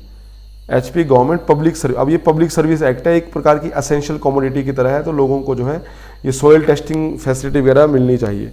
इसमें इस एक्ट में रखने से क्या होगा कि सॉइल हेल्थ कार्ड्स वगैरह बनाए जाएंगे और फार्मर्स को वो इशू किए जाएंगे, ऑनलाइन सर्विसेज वगैरह उसमें रहेगी और लोगों को वो इशू किए जाएंगे। और जब एक बंदे के पास सॉइल हेल्थ कार्ड होगा तो उसकी जो भी मिट्टी की जांच होगी तो कार्ड में सारी डिटेल लिखी रहेगी कि यहाँ पे मॉइस्चर ज़्यादा है, या आपको लाइम ऐड करने की ज़रूरत है, या कैल्शियम या सोडियम ऐड करने की ज़रूरत है। जो भी स्पेसिफिक फर्टिलाइज़र होगी वो वहाँ पर ऐड करने की ज़रूरत पड़ेगी। अब कुछ स्कीम्स की बात कर लेते हैं। प्राकृतिक खेती खुशहाल किसान स्कीम, नाम ही देखो रट्टा मारने की जरूरत नहीं है, प्राकृतिक खेती है। तो जब प्राकृतिक खेती है मतलब कि फर्टिलाइजर वगैरह कम करने की बात हो रही है। और कौन सा ये फार्मिंग है? Under zero budget natural farming. तो जीरो बजट किसको बोलते हैं? जहां आपको फर्टिलाइजर वगैरह खरीदने के लिए पैसे ना खर्च करने पड़े, तो वो जीरो बजट नेचुरल फार्मिंग हो जाती है। आप जो गोबर होगा, जो मैन्योर होती है, उसको फील्ड्स में फेंकेंगे, तो जो भी देसी खाद है उसके माध्यम से आप कल्टीवेशन करेंगे, ना कि ये जो मार्केट में रेडीमेड जो फर्टिलाइज़र वगैरह आते हैं तो उनको यूज़ नहीं करना है। तो उसको ज़्यादा डिस्करेज करने की यहाँ पे ज़रूरत है, क्योंकि पोल्यूशन वगैरह और ये सारी चीज़ें जो हैं उसके कारण बढ़ रही है, और उसके साइड इफ़ेक्ट्स भी हैं जो हम केमिकल फर्टिलाइज़र यूज़ करते हैं। यहाँ पे देख लें तो मेन पॉइंट आपने ध्यान रखना है, प्राकृतिक खेती खुशहाल, प्राकृतिक नेचुरल फार्मिंग। और कैसे होगा ये? जीरो बजट नेचुरल फार्मिंग है। जीरो बजट जब बोल दिया तो केमिकल फर्टिलाइजर और पेस्टिसाइड्स वगैरह में पैसे नहीं खर्च करने हैं, इसकी जगह बायो पेस्टिसाइड्स हो गए, बायो इंसेक्टिसाइड्स हो गए, इनको बढ़ावा दिया जाना चाहिए। अब हर स्कीम के आगे लिखा होगा कि बजट प्रोविजन में 2019-20 में कितना रुपये दिया था। तो ये याद करना बहुत मुश्किल है, क्योंकि इतना बड़ा इकोनॉमिक सर्वे है, उसमें हर स्कीम के लिए जो है सरकार आवंटन करती है, पैसे देती है, तो ये तो वैसे ही याद नहीं हो पाएगा। और ये पॉइंट याद रखना है कि ये जो स्कीम है ये हिमाचल प्रदेश के रेजिडेंट्स के लिए ही ये अवेलेबल होती है स्कीम। और देन साथ में जो सिर्फ फार्मर्स हैं, यहाँ पर रजिस्टर्ड फार्मर्स हैं, उन्हीं को ही मिलेगी। इस स्कीम्स के अगर बेनिफिट देखें तो 75% सब्सिडी देते हैं ड्रम्स में। जैसे कि किसान है, जब वो गेहूं कल्टीवेट कर रहा है और हार्वेस्टिंग के बाद गेहूं लाएगा तो रखेगा कहाँ पे? मान लो उसको बड़े बड़े ऐसे ड्रम चाहिए गेहूं स्टोर करने के लिए, और एक ड्रम अगर 1,000 रुपये का आ रहा है तो उसको सिर्फ 285 रुपये देने हैं, क्योंकि 75% सब्सिडी जो है वो सरकार उसे देगी। इस तरह के इनपुट्स वगैरह को रखने के लिए नेचुरल फार्मिंग के साथ ही 50,000 रुपये की फाइनेंशियल असिस्टेंस भी प्रोवाइड की जाएगी। इतने सहायता प्रोवाइड की जाएगी अगर ओपन नेचुरल रिसोर्स स्टोर वगैरह इस तरह गांव में अगर वो बेचने के लिए ऐसा कोई स्टोर खोलना है तो इतनी भी असिस्टेंस प्रोवाइड की जाती है। देन प्रॉपर ट्रेनिंग और वर्कशॉप, ताकि नेचुरल फार्मिंग के बारे में लोग अवेयर हो सकें, तो ये भी टाइम पे की जाती है। Then fertiliser consumption and subsidy, इसमें कुछ खास नहीं है कि फर्टिलाइज़र बिहेवियर देखें तो इसमें 1985-86 में देखें तो 23,664 टन इतना फर्टिलाइज़र यूज़ होता था। 2019 तक देखें तो 57,555 मीट्रिक टन हो गया है। तो देखो हमारी डिपेंडेंस जो है वो फर्टिलाइज़र पे बढ़ती जा रही है। इसलिए बैलेंस यूज़ फर्टिलाइज़र का हो तो अब फर्टिलाइज़र एक तरीके से जरूरी भी है, क्योंकि इतना आसान नहीं है अभी कि हम बायो इंसेक्टिसाइड और पेस्टिसाइड सबको अवेलेबल करवा दें, सरकार सबको अवेलेबल करवा दे। तो केमिकल फर्टिलाइज़र का यूज़ करना भी काफ़ी ज़रूरी है। तो सब्सिडी का हिसाब यहाँ बताया गया है कि 1 मीट्रिक टन में 1,000 रुपये की सब्सिडी भी दी जाती है। और जो वाटर सोल्यूबल फर्टिलाइज़र्स हैं उनको ज़्यादा प्रमोट किया जाता है, और 25% जो टोटल सब्सिडी होगी कॉस्ट की वो सरकार यहाँ पे देती है। तो ये वाला इतना जरूरी नहीं है, हार्डली यहाँ से कोई क्वेश्चन बनेगा। एग्रीकल्चर क्रेडिट की बात करें तो मैंने आपको पहले भी बताया कि इंस्टीट्यूशनल क्रेडिट का मिलना बहुत ज़रूरी है। अगर इंस्टीट्यूशनल क्रेडिट नहीं मिल रहा है तो जो किसान है वो इनफॉर्मल सेक्टर से लोन ले लेगा, किसी साहूकार से ले लेगा, गांव में किसी धनी व्यक्ति से ले लेगा, और उसमें क्या रहता है कि इंटरेस्ट रेट भी काफ़ी हाई रहते हैं, और कभी वो लोन नहीं दे पाएगा तो गांव में वो कई चीज़ें होती हैं, एक स्टेटस होता है, शर्म और वो सारी चीज़ें, बंदे ये सब चीज़ें कंसीडर करते हैं, और जब वो पैसे चुकता नहीं कर पाते हैं फिर वो सुसाइड और ये इन सब की चीज़ों की और ये सब रास्ते अपनाते हैं। तो एक इंस्टीट्यूशनल क्रेडिट होना बहुत ज़्यादा जरूरी है, क्योंकि इंडिया में जितने भी फार्मर सुसाइड केसेस होते हैं ज़्यादातर में यही पाया गया है कि उन्होंने इनफॉर्मल सेक्टर से लोन लिया था और बाद में पैसे चुका नहीं पाए, और उनको किसी को अपने बैल बेचने पड़े, किसी को अपना घर बेचना पड़ा उस बंदे के पैसे लौटाने के लिए। लेकिन अगर आपने इस तरह इंस्टीट्यूशनल सेक्टर से लिया है, बैंक से पैसा लिया है, तो ऐसा कभी भी नहीं होगा कि बैंक वाले उसके घर में जाएंगे और उसका घर बेच देंगे, ऐसा कुछ होगा, क्योंकि ऐसा नहीं कर सकते हैं। जो चीज़ मॉर्टगेज की हो सिर्फ उसी के साथ ही ऐसा कर सकते हैं।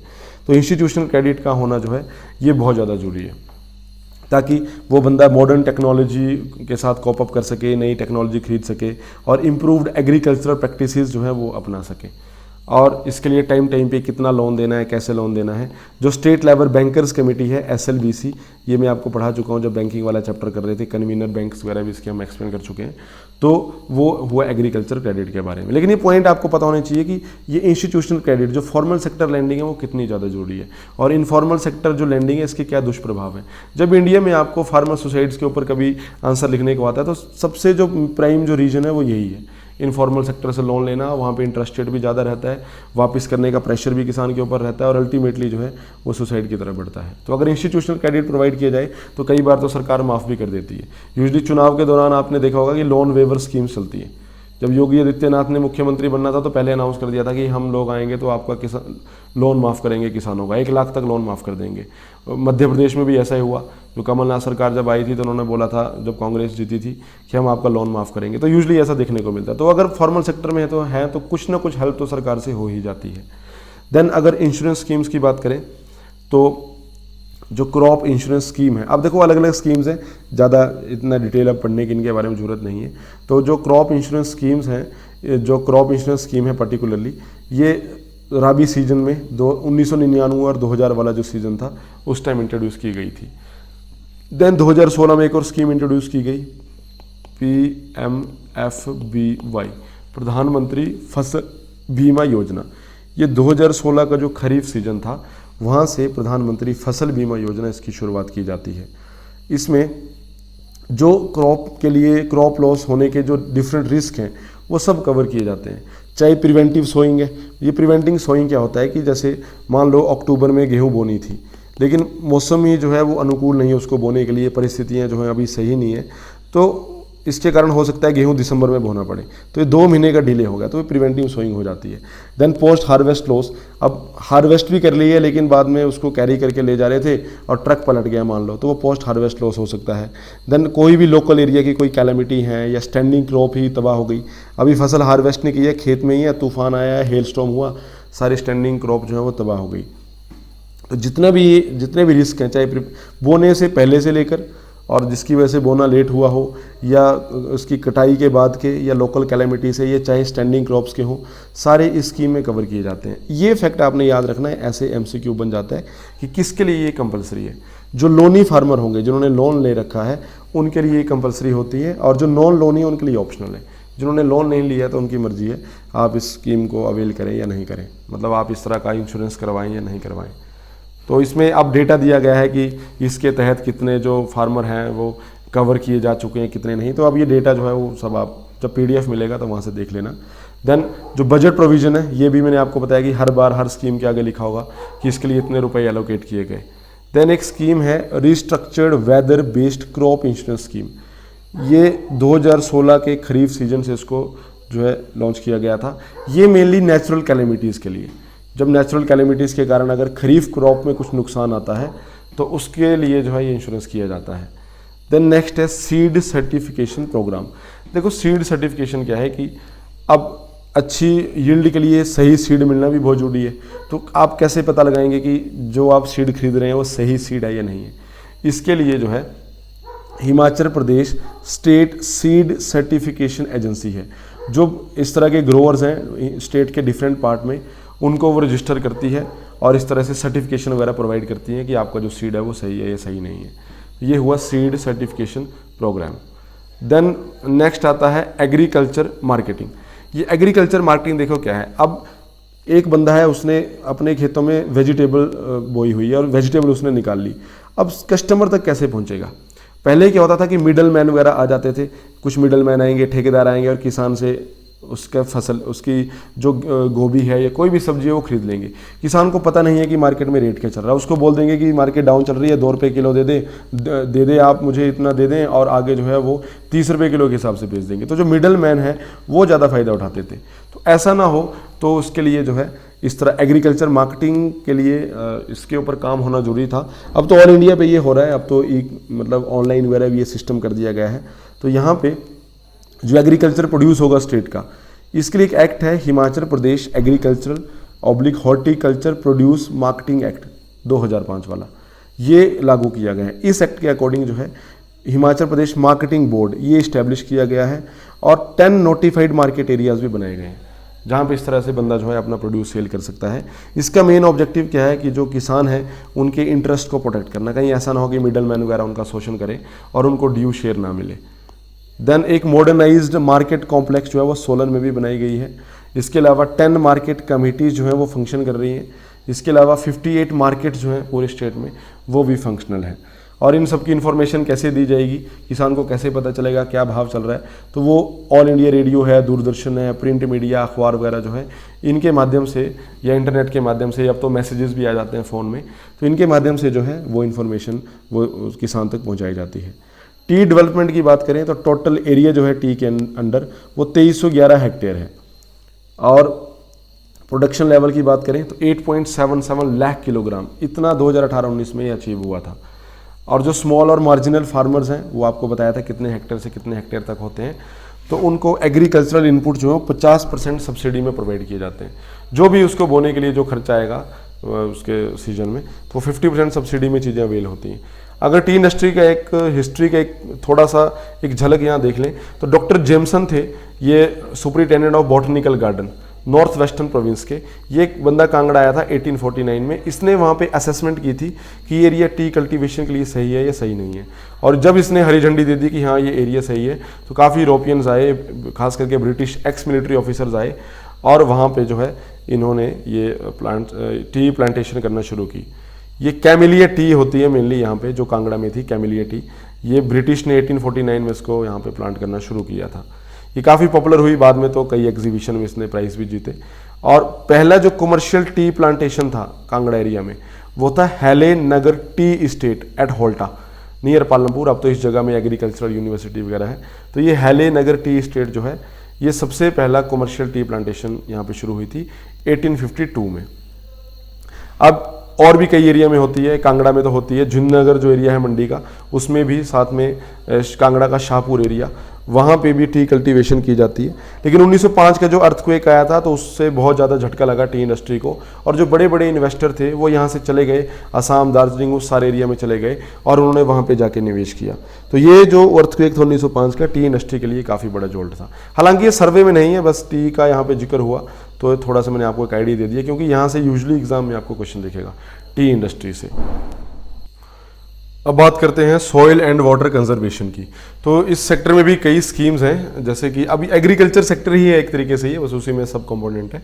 तो मुख्यमंत्री नूतन पॉली हाउस योजना, पॉली हाउस तो आप समझते हैं, यूजुअली ग्रीन हाउस भी बोल देते हैं बायोलॉजिकली। तो इस तरह से एक वो शेड सा बनाया जाता है, उसके अंदर फल सब्जियाँ उगाई जाती हैं, ट्रांसपेरेंट से एक शेड रहता है, तो ये पॉली हाउस है। अब एग्रीकल्चर सेक्टर में ये पॉली हाउस का होना भी बहुत ज़्यादा जरूरी है, क्योंकि ऑफ सीजन वेजिटेबल्स वगैरह इसके अंदर इजीली ग्रो कर सकते हैं, टेम्परेचर आप मेंटेन कर सकते हैं। तो इसके लिए जो है अब ये पैसे वैसे तो इतना याद नहीं रहेगा आपको कि 78.59 लाख रुपए जो है सरकार द्वारा अप्रूव किया गया है और नाबार्ड को सबमिट किया गया है, जिसकी फंडिंग होगी RIDF 25 के अंडर। RIDF 25 क्या है? Rural infrastructure development fund. 1995-96 के आसपास बना था, तो 2020 में इसका 25वां साल है। तो RIDF means rural infrastructure development fund. तो नाबार्ड को दिया गया है, नाबार्ड इसके माध्यम से जो है फिर आगे फंडिंग करेगा। ये तो जरूरी नहीं है, मेनली ये है कि ये स्कीम जो है CM जयराम ठाकुर ने शुरू की थी बजट 2019-20 में, मतलब पिछली बार का जो बजट था। इस बार का जो बजट है वो 2020-2021 बजट है, वो भी हम करेंगे डिस्कस, अभी तो इकोनॉमिक सर्वे कर रहे हैं। तो लास्ट ईयर के बजट में इसको अनाउंस किया था। इसके अंडर 5000 पोली हाउसेज बनाए जाएंगे, लेकिन एक ही साल में नहीं बनाने हैं, अगले 4 साल तक ये बनाने हैं। मतलब 19-20 से लेकर जो है 2022-23 जो फाइनेंशियल ईयर होगा तब तक बनाने हैं। तो लास्ट डेट देखें तो 31 मार्च 2023 तक ये कंप्लीट करने हैं 5000 पोली हाउसेज। और बनाएंगे तो लोग अपने खर्चे से, लेकिन उसमें 85% जो सब्सिडी है वो सरकार की रहेगी। तो आप आइडिया लगा लो कि बहुत ज़्यादा अमाउंट जो है वो सरकार इसमें पे करती है। अगर 1 लाख भी उसकी कॉस्ट आती है तो बंदे को सिर्फ 15,000 देना है, 85,000 तो सरकार ही वो कॉस्ट इनकर करेगी। Next is doctor YS Parmar किसान स्वरोजगार योजना।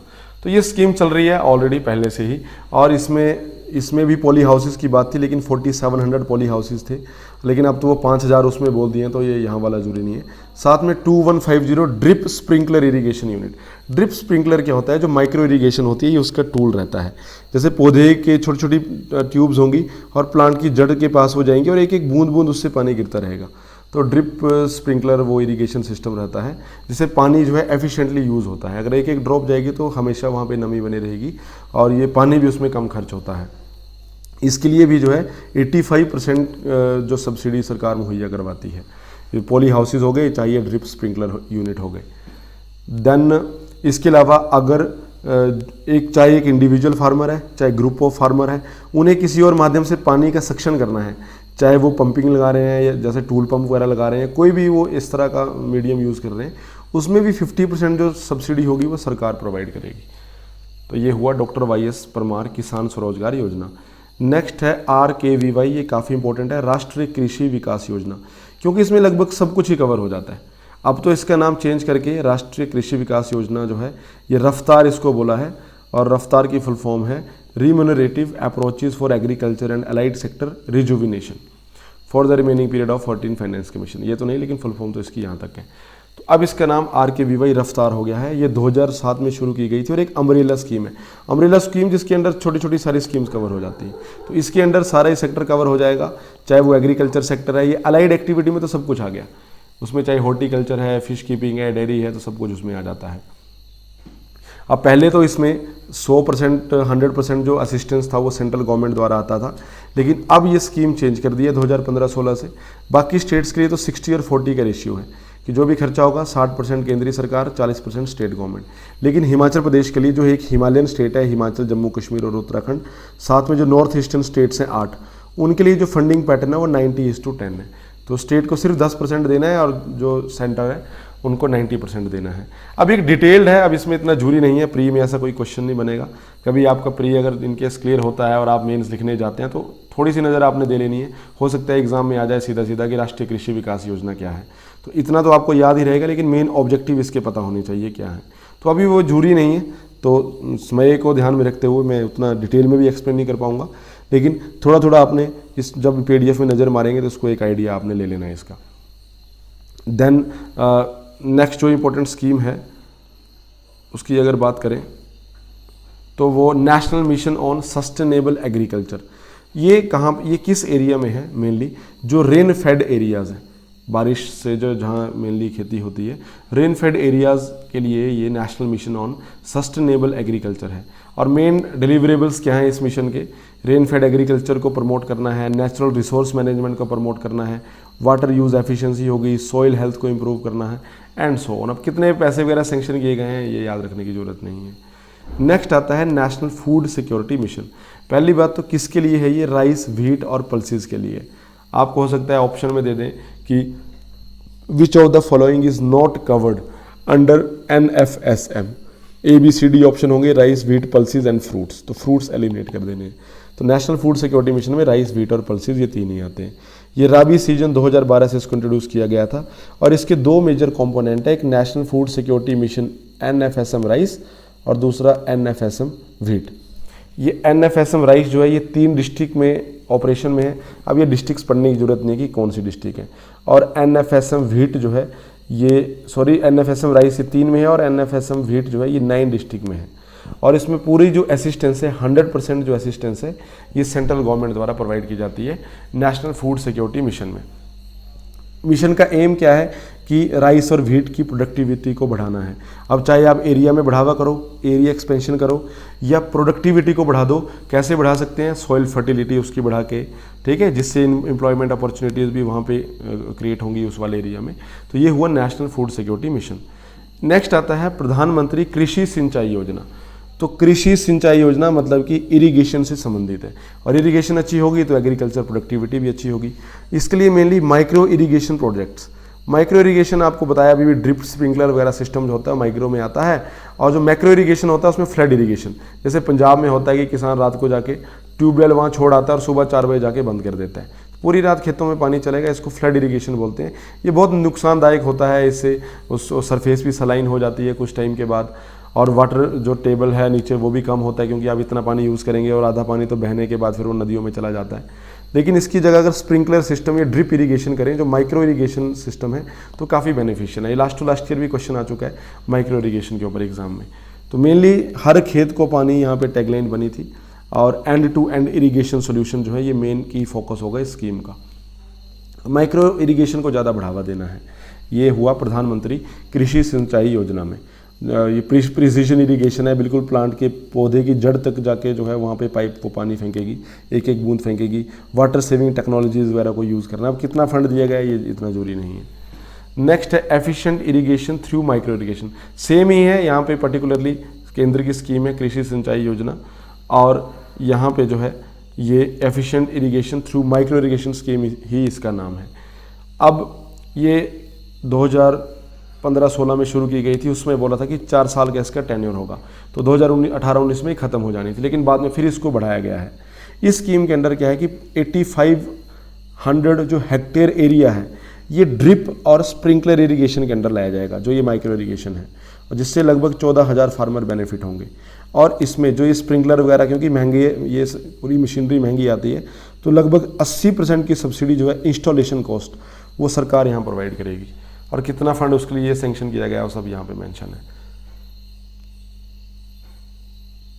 नेक्स्ट स्कीम है उत्तम चारा उत्पादन योजना। तो नाम से ही क्लियर है कि सही क्वालिटी का फोडर, भूसा जो होता है, चारा जो होता है, वो उनको जो कैटल्स हैं उनको मिलना चाहिए।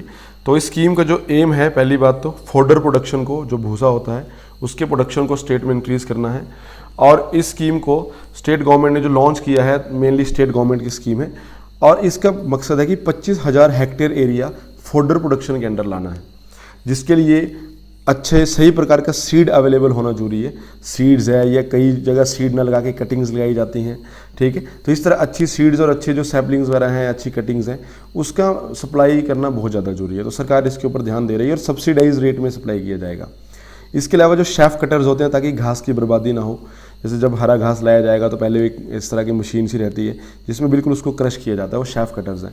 तो शेफ कटर्स वगैरह में भी जो है सरकार सब्सिडी मुहैया करवाती है, खास करके SC ST और BPL फार्मर्स को। और कितना पैसा सेंक्शन किया गया है वो यहाँ पे मेंशन है। देन मुख्यमंत्री खेत संरक्षण योजना। मुख्यमंत्री है तो ये स्टेट गवर्नमेंट की एक स्कीम है। अब देखो ये मंकी जो है ना, इसको एक आइडिया आपको दे देता हूँ कि मंकी को हिमाचल प्रदेश में वर्मिन डिक्लेयर किया गया है।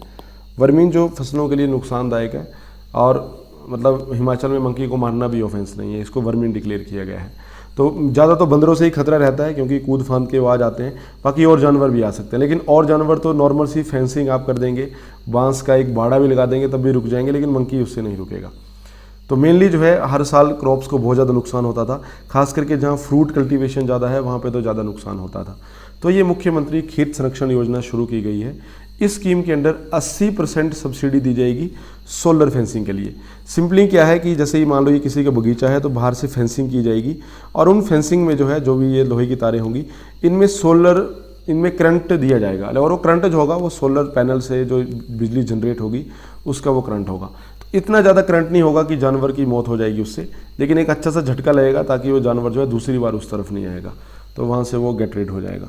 तो ये बस आपको एग्जाम में जो याद रखना है, मुख्यमंत्री खेत संरक्षण योजना में नाम से ही क्लियर है, खेत संरक्षण की, खेत का बचाव करना है। 80% सब्सिडी है, और सोलर फेंसिंग वहाँ पे प्रोवाइड करनी है।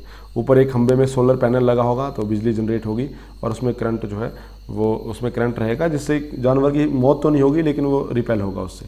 और इतना रुपया उसके लिए जो है वो इन्होंने मेंशन किया है, 35 करोड़ रुपए। अब 2000 हेक्टेयर जो कल्टीवेबल लैंड है, ये इस पे फेंसिंग करनी है, ये सरकार का टारगेट है।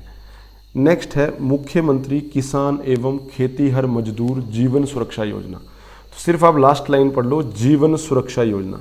तो जीवन सुरक्षा है तो एक प्रकार का ये इंश्योरेंस कवर है।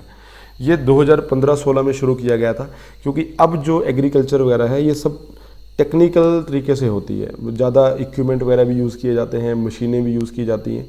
तो किसी भी दौरान एग्रीकल्चर एक्टिविटी में किसी भी समय जो है अगर उस तरह से फार्मर को कोई इंजरी हो जाती है, इंजरी है या डेथ है, चाहे पार्शियल इंजरी है, परमानेंट इंजरी है, तो फिर उसको क्लेम मिलेगा, उसको इंश्योरेंस कवर मिलेगा। अगर डेथ हो जाती है या कोई परमानेंट स्पेशल एबिलिटी है, परमानेंट मतलब जैसे एक टांग कट गई, हाथ कट गया या डेथ ही हो जाती है, तो कंपेंसेशन अमाउंट 1.5 लाख रुपीज़ है। और अगर पार्शियल स्पेशल एबिलिटी है कि हाथ टूटा तो नहीं है, लिम्ब अलग तो नहीं हुआ है, लेकिन उसमें थोड़ी डिफॉर्मिटी आ गई है, तो इस तरह से पार्शियल स्पेशल एबिलिटी है, तो 50,000 रुपये जो है अफेक्टेड फार्मर को प्रोवाइड करवाए जाएंगे। नेक्स्ट है lift irrigation and borewell scheme. देखो अब लिफ्ट इरिगेशन क्या है कि एक कुआं है और उससे पानी निकालना है, तो उसके लिए पंप की जरूरत भी पड़ेगी, तो पानी को लिफ्ट करना पड़ेगा, तो ये हुआ लिफ्ट इरिगेशन। या फिर बोरवेल स्कीम, इस तरह से ज़मीन से या आपको ट्यूबवेल इस तरह कुछ लगा देंगे, बिजली के माध्यम से वो चलेगा।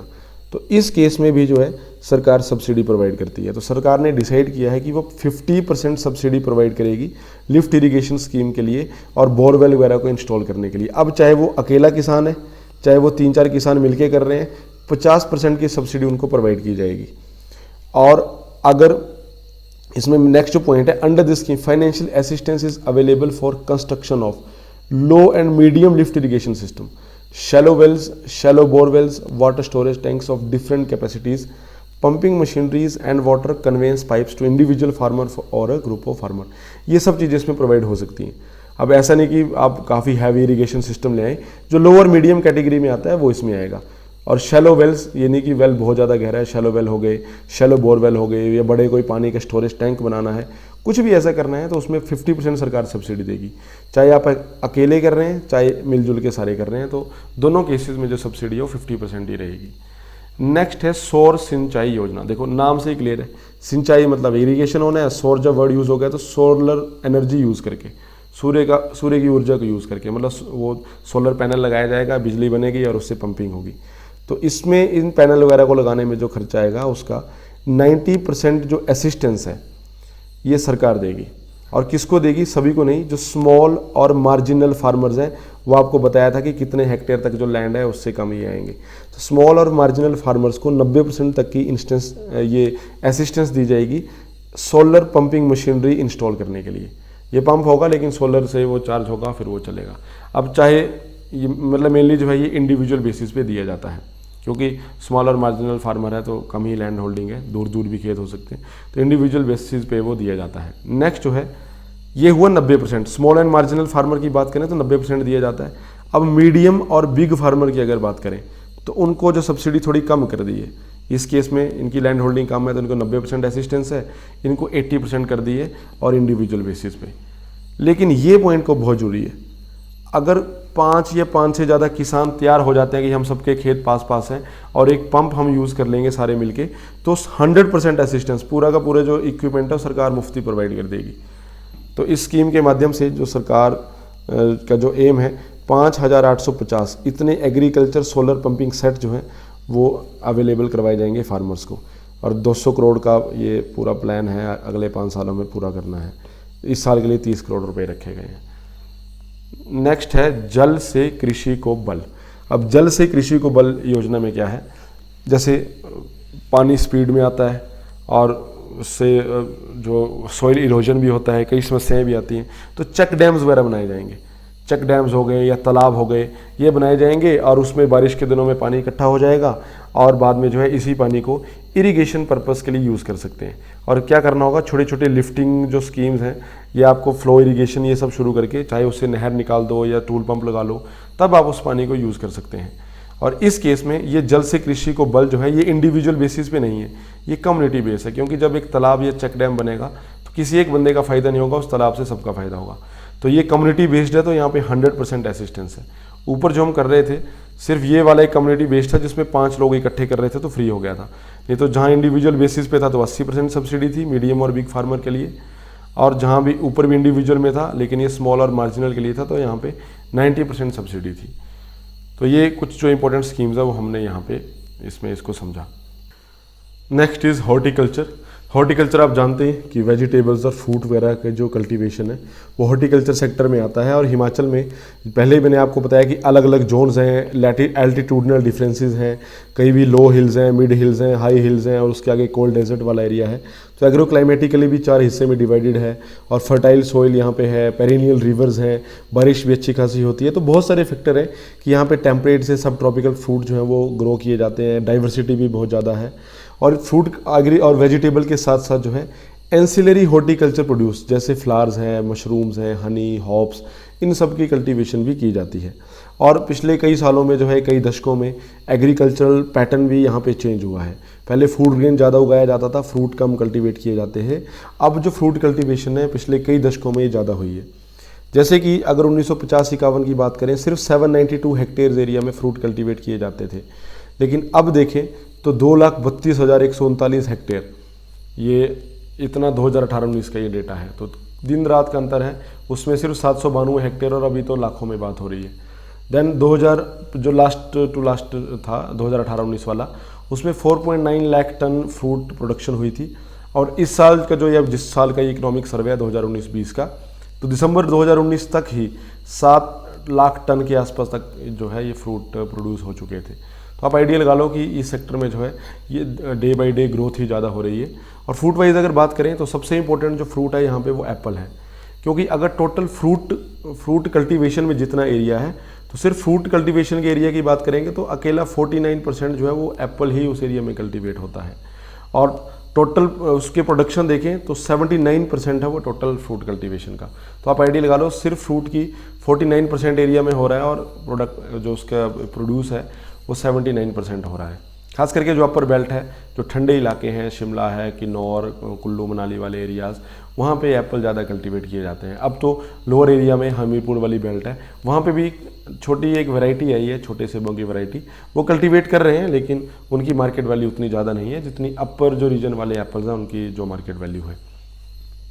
और अगर वार्मर एरिया की बात करें तो मैंगो जो है एक इंपॉर्टेंट फ्रूट है वहाँ पे वार्मर एरिया में, और मैंगो के साथ लीची भी एक इंपॉर्टेंट फ्रूट है।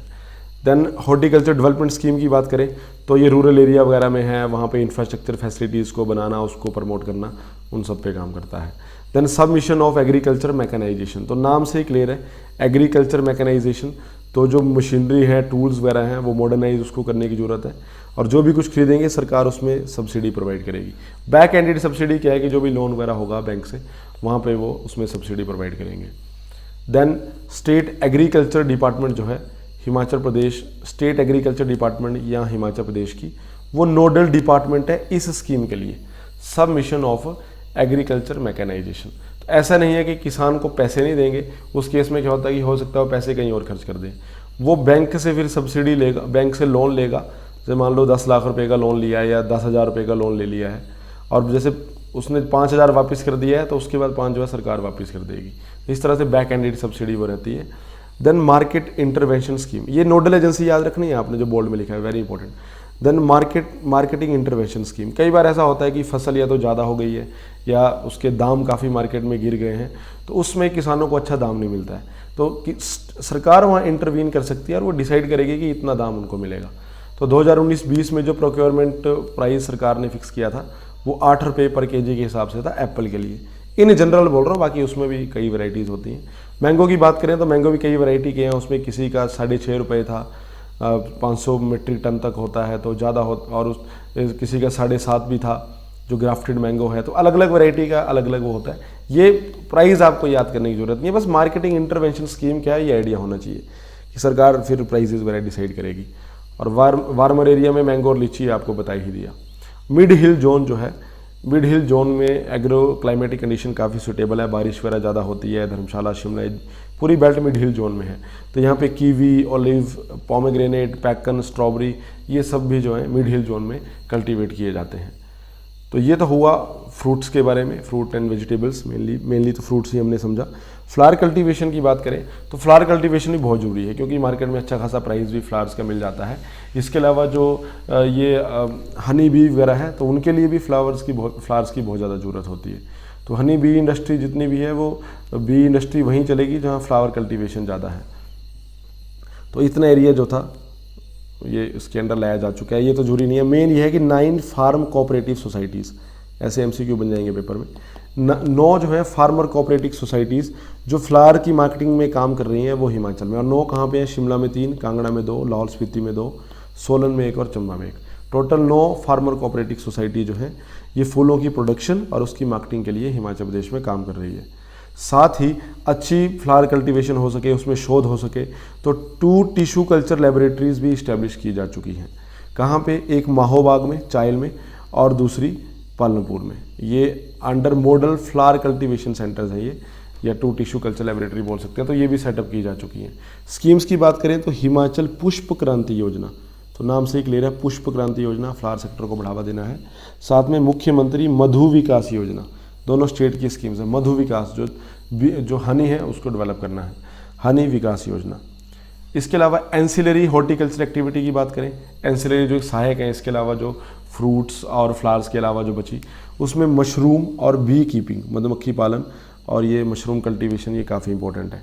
मशरूम कल्टीवेशन के लिए जो पाश्चराइज्ड कंपोस्ट होता है वो बनाया जा रहा है, और अलग अलग जो जगह उसको डिस्ट्रीब्यूट किया जा रहा है। और कहाँ कहाँ इसके यूनिट लोकेटेड हैं जहाँ बना रहे हैं? चंबा घाट में, बजोरा में और पालमपुर में। अब ये आंकड़ा तो याद रखने की जरूरत नहीं कि कितना मशरूम कब तक प्रोड्यूस कर लिया गया था। बी कीपिंग प्रोग्राम के तहत इतना हनी जो है ये 31 दिसंबर 2019 तक इतना हनी ये प्रोड्यूस किया जा चुका था। देन इसमें to promote protective cultivation in horticulture, the state government has enhanced subsidy, मतलब कि अगर प्रोटेक्शन करनी है, किसी को पॉली हाउस के अंदर फल सब्जियां उगाने हैं, तो ये तो आपको पहले भी क्लियर कर दिया कि पॉली हाउस में जो अब सब्सिडी है, पहले 50% आती थी, अब वो 85% आ रही है। और ये सरकार का प्लान है कि इतना एरिया जो था इस फाइनेंशियल ईयर के ख़त्म होते होते इतना एरिया पॉली हाउस के अंदर लाना था, जिनमें फ्रूट्स एंड वेजिटेबल्स ग्रो किए जा रहे हैं। इसके अलावा फ्रूट्स को हेल स्टॉर्म से, जो ओलावृष्टि होती है, उससे बचाना भी बहुत ज़्यादा ज़रूरी है। खास करके एप्पल इंडस्ट्री को काफ़ी नुकसान होता है। इसके लिए सरकार ने जो है एंटी हेल नेट्स पे सब्सिडी बढ़ाई है। जो इस तरह से पेड़ों के ऊपर आप शिमला वैली में देखेंगे सेब के पेड़ वो ऐसे जालों से ढके रहते हैं, तो एंटी हेल नेट्स जो हैं वो 50% से इनकी सब्सिडी 80% कर दी गई है। और ये प्लान है कि 2019-20 के लास्ट तक इतना एरिया जो है वो एंटी हेल नेट्स के अंदर लाना है। नेक्स्ट बात करें तो weather based crop insurance scheme, ये राबी सीजन 2009-10 में इंट्रोड्यूस की गई थी, और 2017-18 में इसका नाम जो है restructured weather based crop insurance scheme हो गया। तो पहले इसके बारे में पढ़ा हमने कि जो भी है कैलेमिटीज़ वगैरह उनसे ये प्रोटेक्शन देता है। और नेक्स्ट है ये सेंट्रल स्पॉन्सर्ड स्कीम, राष्ट्रीय कृषि विकास योजना। तो इसके बारे में तो पहले ही बात कर ली है, उस टाइम मैंने कहा था कि वाइड स्कीम है, अम्ब्रेला स्कीम है, जिसमें सब कुछ कवर हो जाता है। डेयरी इंडस्ट्री भी कवर हो जाएगी, हॉर्टिकल्चर भी कवर हो जाएगा, एग्रीकल्चर भी कवर हो जाएगा, सब इसमें आ जाता है। अब ये बीच का तो कंटेंट जरूरी नहीं है कि किसके लिए कितना रुपए दिया है, लेकिन जो भी ये मदद कर रहे हैं हॉर्टिकल्चर सेक्टर में, तो उसके लिए जो स्कीम है that is flexi funds scheme. तो पैसे वगैरह प्रोवाइड करना ताकि अच्छी हाई टेक नर्सरीज वहाँ बनाई जाए, अच्छा फ्रूट क्रॉप प्रोडक्शन वहाँ पे हो। तो फ्लेक्सी फंड स्कीम है जिसके माध्यम से केंद्र सरकार फाइनेंशियल असिस्टेंस प्रोवाइड करती है। इसके अलावा एक नई स्कीम लॉन्च की है हिमाचल ने, दैट इज़ हिमाचल खुम्ब विकास योजना। खुम्ब जो है वो मशरूम को बोलते हैं। 2019-20 में ही इसको शुरू किया और मशरूम कल्टीवेशन को बढ़ावा देना है, और इतने रुपए मिले थे 5 करोड़ मतलब इसको ये करने के लिए। तो ये मनी का जो आंकड़ा है वो तो जरूरी नहीं है याद रखना। देन मुख्यमंत्री ग्रीन हाउस रिनोवेशन, ये भी एक स्कीम है। नाम से ही क्लियर है कि जो ग्रीन हाउस हैं या जो पॉली हाउस होते हैं जो डैमेज हो चुके हैं उनको रिपेयर करना भी ज़रूरी है, तो उसके लिए भी सरकार मदद करती है। देन जो installation of anti hail nets, तो ये भी जरूरी है, उनको भी बचाना है और ये उनको रिपेयर वगैरह करना है, तो सब इसमें आ जाता है। Then mission for integrated development of horticulture, MIDH। जब इंटीग्रेटेड डेवलपमेंट बोल रहे हैं तो उसमें सब कुछ ही आ जाएगा, ठीक है। तो वो कल्टीवेशन ऑफ फ्रूट्स है, फ्लावर्स हैं, वेजिटेबल, स्पाइसेस, न्यू गार्डन्स बनाना, मशरूम प्रोडक्शन करना, सारी चीज़ उसमें आती हैं। तो यहाँ पे भी अगर किसी को टेक्नोलॉजी की ऐसी कोई ज़रूरत पड़ेगी तो 50% जो है सरकार इसमें भी सब्सिडी प्रोवाइड करती है। और वो सब्सिडी वही है, बैक एंडेड सब्सिडी, कि पहले बैंक से लोन लेना पड़ेगा सर, जब आप हाफ अमाउंट रिटर्न कर देंगे उसके बाद सरकार जो है आधा अमाउंट सरकार रिटर्न कर देगी। देन प्रधानमंत्री कृषि सिंचाई योजना, पर ड्रॉप मोर क्रॉप, तो हम पहले भी कर चुके हैं कि जो माइक्रो इरिगेशन है मेनली उसको बढ़ावा देना है, हर खेत को पानी, जैसी इसकी टैगलाइंस है। और ये एक सेंट्रली स्पॉन्सर्ड स्कीम है जो स्टेट डिपार्टमेंट ऑफ हॉर्टिकल्चर है वो इसको यहाँ पे इम्प्लीमेंट कर रही है। 2015-16 से इसको इम्प्लीमेंट किया जा रहा है। तो हॉर्टिकल्चर सेक्टर में अगर पर्टिकुलरली देखें तो 55% की सब्सिडी ये स्मॉल और मार्जिनल फार्मर्स को देती है केंद्र सरकार, और 45% सब्सिडी जो है बड़े फार्मर को देती है। ये जो केंद्र सरकार 55% दे रही थी, इसमें स्टेट गवर्नमेंट ने भी 25% ऐड कर दिया है, तो 55 और 25 हो गया 80%। तो ध्यान रखना, स्मॉल और मार्जिनल फार्मर को जो इसमें इस स्कीम के अंडर सब्सिडी है वो 80% है। जो भी उनको वो माइक्रो इरिगेशन सिस्टम वगैरह सेटअप करना होगा तो इतनी सब्सिडी उनको उसमें मिल जाएगी। Then Himachal Pradesh marketing corporation HPMC, ये एक स्टेट पब्लिक अंडरटेकिंग है। इसका मेन ऑब्जेक्टिव क्या है कि जो फ्रेश फ्रूट्स हैं या वेजिटेबल्स हैं उनकी मार्केटिंग करना, और इस तरह से जो प्रोसेस प्रोडक्ट हैं उनको भी मार्केटिंग करना। जैसे कोई एप्पल है तो उसका आगे जूस निकाला जाएगा, जो भी वो प्रोडक्ट प्रोसेस किए जाएंगे उनकी भी आगे मार्केटिंग करना। और कई टाइम से जो है ये मेन HPMC काफ़ी इंपॉर्टेंट रोल ये निभा रहे हैं, खास करके फ्रूट ग्रोअर्स की लाइफ में, क्योंकि इनको आगे हेल्प हो जाती है HPMC के माध्यम से। अब क्या क्या HPMC ने अब तक किया है वो सारा ब्यौरा लिखा गया है, वो इतना जरूरी भी नहीं है, लेकिन थोड़ा मैं आपको आइडिया देता हूँ। 5 जो हैं कंट्रोल्ड एटमॉस्फेयर स्टोर्स, जिनको हम कोल्ड स्टोर भी बोल देते हैं, अलग अलग जगह में सेटअप किए गए हैं शिमला और कुल्लू डिस्ट्रिक्ट में, खास करके जरोल टिक्कर हो गया, गुम्मा, ओडी, पतली, कुहल कुल्लू में है। तो इतने 5 कंट्रोल्ड एटमॉस्फेयर स्टोर्स वहाँ पे ओपन किए गए हैं। क्यों? क्योंकि जब वो फ्रूट्स वगैरह वहाँ से निकाले जाएंगे तो उनको स्टोर करना भी जरूरी है कोल्ड स्टोर में, नहीं तो वो ख़राब हो जाएंगे। Then 1 modern vegetable pack house और एक कोल्ड रूम, ये नदौन डिस्ट्रिक्ट में सेटअप किया जा चुका है। इसके अलावा ये घुमारवी में भी सेटअप किया जा चुका है एक कोल्ड रूम। देन जो एप्पल जूस कॉन्सेंट्रेट AGC, जहाँ एप्पल का जूस निकाला जाता था, ये प्लांट परवाणु में है, लेकिन इस प्लांट को अब अपग्रेड किया गया और ज़्यादा इसमें पैसे वगैरह खर्च किए और इसको अपग्रेड किया गया। बाकी डिटेल जो है वो जरूरी नहीं है, तो इसको भी अपग्रेड किया गया है। इसके अलावा फ्रूट प्रोसेसिंग प्लांट, ये जरोल में जो है, तो यहाँ पे मतलब all time high production during 1 calendar was recorded in 2019। तो इतना ज़्यादा एप्पल जूस कॉन्सेंट्रेट जो है यहाँ पे निकाला गया है जरोल एरिया में। देन इसके अलावा जो HPMC है, जो यहाँ पे ये ग्रेड स्टोर, कोल्ड स्टोर्स वगैरह हैं, उनकी कैपेसिटी को बढ़ाने का इनका प्लान है। और मदद इसमें कौन करेगा? ये world bank funded HDP project है। ये हॉर्टिकल्चर डेवलपमेंट वगैरह जो है, ये हिमाचल प्रदेश का जो प्रोजेक्ट है, वर्ल्ड बैंक इसमें फाइनेंस करेगा, जिसमें जितने कोल्ड स्टोर हैं जरोल, टिक्कर, गुम्मा, रोहडू वगैरह में, इनकी कैपेसिटी 1980 मेट्रिक टन से 6000 मेट्रिक टन बढ़ाई जाएगी। तो वर्ल्ड बैंक इसमें हेल्प कर रहा है। एक HPMC जो है वो HP horticulture produce marketing and processing corporation भी होती है। 10 जून 1974 को जो है इसका गठन हुआ और वर्ल्ड बैंक ने उसमें मदद की थी।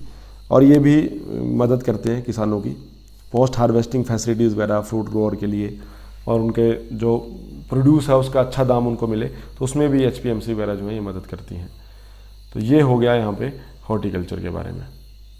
नेक्स्ट इसमें आता है एनिमल हस्बेंड्री एंड डेयरिंग। देखो ये चैप्टर बहुत बड़ा है, पूरे इकोनॉमिक सर्वे का सबसे बड़ा चैप्टर है ये, 40 से 50 पेजेस का वहाँ पे चैप्टर था, लेकिन जो मेन चीज़ें हैं वो सब इसमें इंक्लूड की गई हैं। जो बोल्ड में लिखा है वो ज़्यादा इंपॉर्टेंट है। तो एनिमल हस्बेंड्री एंड डेयरिंग की अगर हम बात करें, डेयरी सेक्टर की बात करें, तो ये आपको क्लियर है कि लाइफ स्टॉक को पालना जो है, इस तरह से पशुओं को पालना, ये रूरल इकोनॉमी का एक बहुत अहम हिस्सा है। और रूरल इकोनॉमी भी इस पे ही टिकी हुई है, कृषि पे, साथ में लाइफ स्टॉक को पालना। इसमें मुख्यमंत्री आरोग्य पशुधन योजना, इस स्कीम के तहत 1251 वेटरनरी डिस्पेंसरीज ओपन की जो है ये ओपन की गई हैं दिसंबर 2019 तक।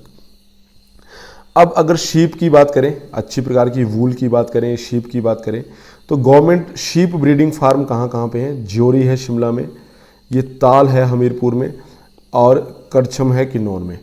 इसके अलावा सरोल में भी एक है, वो सर्वे में मेंशन नहीं किया, लेकिन चंबा का सरोल वहाँ पे भी है। तो ये ज्योरी, ताल और कड़छम, किन्नौर मेनली जो सर्वे में मेंशन किया गया है। तो ये जो शीप ब्रीडिंग फार्म्स हैं ये इम्प्रूव्ड, इनके लिए इम्प्रूव्ड शीप क्वालिटीज़ वगैरह जो हैं ये आगे फिर फर्दर प्रोवाइड करते हैं, क्योंकि यहाँ पे सही वो उनकी ब्रीडिंग करवाई जाती है और जो भी फिर ऑफस्प्रिंग होंगे वो पूरी स्टेट में यहीं से डिस्ट्रीब्यूट किए जाते हैं।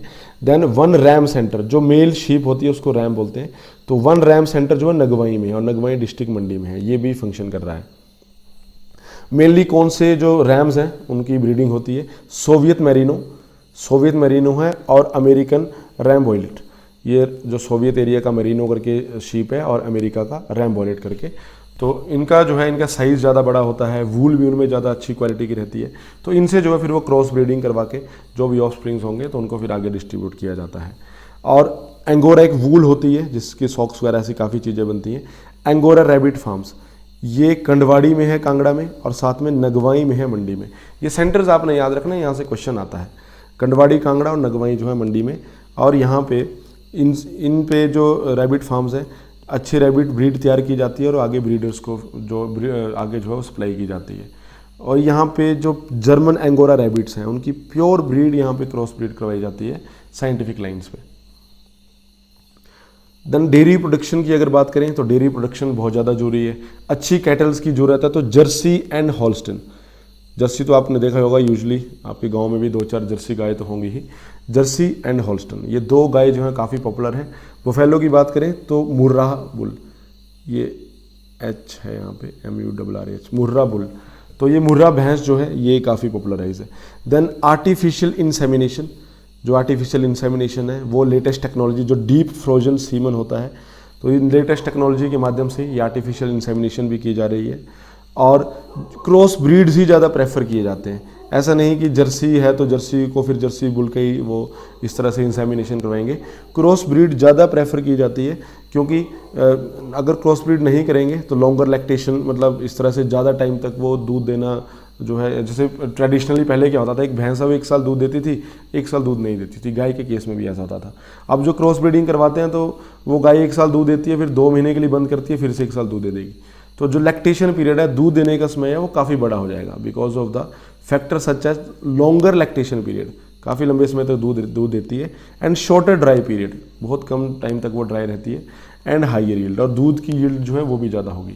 साथ ही 2019-20 में जो है 21 लाख रुपए से ये स्कीम इम्प्लीमेंट की गई। हालांकि ये स्कीम पुरानी है लेकिन हर साल इसमें पैसे सेंक्शन किए जाते हैं। स्कीम का नाम है उत्तम पशु पुरस्कार योजना। नाम से ही क्लियर है, उत्तम पशु, जो पशु उत्तम होगा तो वो पुरस्कार का हकदार भी होगा।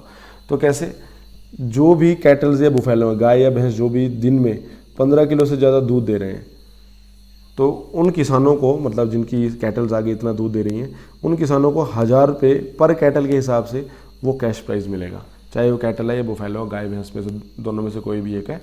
तो अगर 15 लीटर या उससे ज़्यादा पर डे में वो मिल्क यील्ड करते हैं तो 1000 रुपये उनको, जो पालने वाला बंदा होगा, किसान होगा, उसको इतने रुपये मिलेंगे। देन पोल्ट्री की बात करें तो 2019, अब ये स्कीम भी पुरानी चल रही है लेकिन 2019-20 में कितने पैसे दिए गए वो मेंशन है। तो बैकयार्ड पोल्ट्री स्कीम, ये पोल्ट्री के लिए हिमाचल में चल रही है, ये आपने याद रखना है। इसके तहत क्या है कि कलर्ड स्ट्रेन्स चिक्स, जो रंग बिरंगे जो आपको चिक्स दिखते हैं वो डिस्ट्रीब्यूट किए जाएंगे और लोगों को ट्रेनिंग वगैरह भी दी जाएगी। बैकयार्ड पोल्ट्री क्यों बोला कि ऐसे कोई बड़ा फार्म खोलने की जरूरत नहीं है, ऐसे घर के आंगन में ही थोड़े बहुत बंदे मुर्गे पाल सकता है, घर के आंगन और आसपास के खेत में, तो उसको बैकयार्ड पोल्ट्री स्कीम बोला गया है। देन हॉर्स ब्रीडिंग की बात करें तो ये पॉइंट काफ़ी इंपॉर्टेंट है, कई बार पेपर में आया है कि हिमाचल में एक हॉर्स ब्रीडिंग फार्म है और वो लाहौल स्पीति के लारी नामक जगह में है। और मेन इसका ऑब्जेक्टिव क्या है कि स्पीति ब्रीड ऑफ हॉर्सेस उनको प्रिजर्व करके रखना है स्पीति, क्योंकि वो वहाँ की ठंड भी झेल लेते हैं, वहाँ के हिसाब से बोझा भी उठाते हैं, कम ऑक्सीजन कंडीशन में भी सर्वाइव करते हैं। तो बाकी हॉर्सेस को अगर वहाँ लेके जाएँ तो शायद उनके लिए उस क्लाइमेट में सर्वाइव करना टफ रहेगा। देन उसी जगह में जहाँ पे हॉर्स ब्रीडिंग फार्म है लारी में, उसी जगह में वन याक ब्रीडिंग फार्म भी है।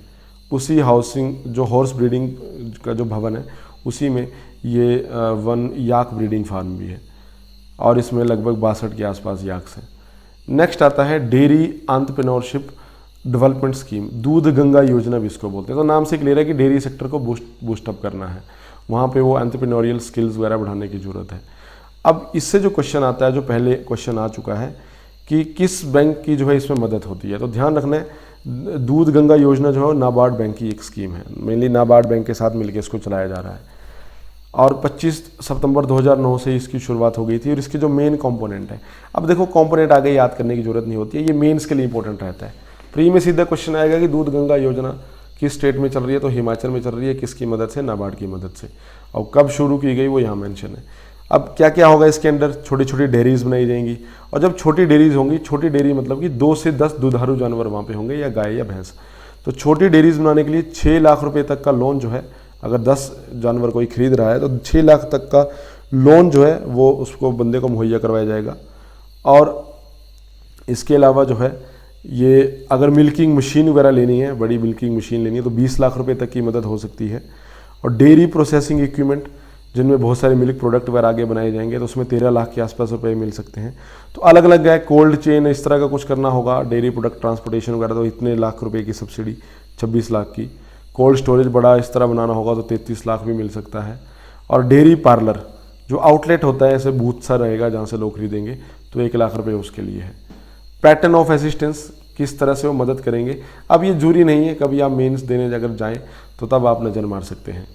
तो इसके लिए भी 25% जो पूरे प्रोजेक्ट कॉस्ट की सब्सिडी है, ये जनरल कैटेगरी के लिए, और 33.33% ये SC/ST कैटेगरी के फार्मर्स के लिए। देन ये ऊपर जो सब्सिडी हमने समझी 25 और 33, ये तो है ही। इसके अलावा ये तो वो सब मतलब डेयरी स्टार्ट करने के लिए, जब वो बंदा गाय या भैंस इस तरह से कुछ खरीदेगा तो 10% की एडिशनल सब्सिडी भी प्रोवाइड की जाएगी, अगर क्रॉस ब्रीड इस तरह जर्सी गऊ वगैरह अगर वो खरीद रहा है। और अगर इंडिजिनस गऊ खरीद रहा है, अपनी जो इंडिया की इंडिजिनस गऊ है, तब उस बंदे को 20% सब्सिडी प्रोवाइड करवाई जाएगी। तो ये सब DEDS स्कीम में ही आएगा, डेयरी एंटरप्रेन्योरशिप जो अभी हमने स्कीम समझी, डेवलपमेंट स्कीम, उसमें ये आएगा। तो जो जर्सी या क्रॉस ब्रीड है उनके लिए 10% है, और जो इंडिजिनस ब्रीड है उनके लिए 20% है, ताकि इंडिजिनस ब्रीड जो है उसको बढ़ावा दिया जा सके, उनके मिल्क का जो कंटेंट वगैरह है वो ज़्यादा अच्छा माना गया है।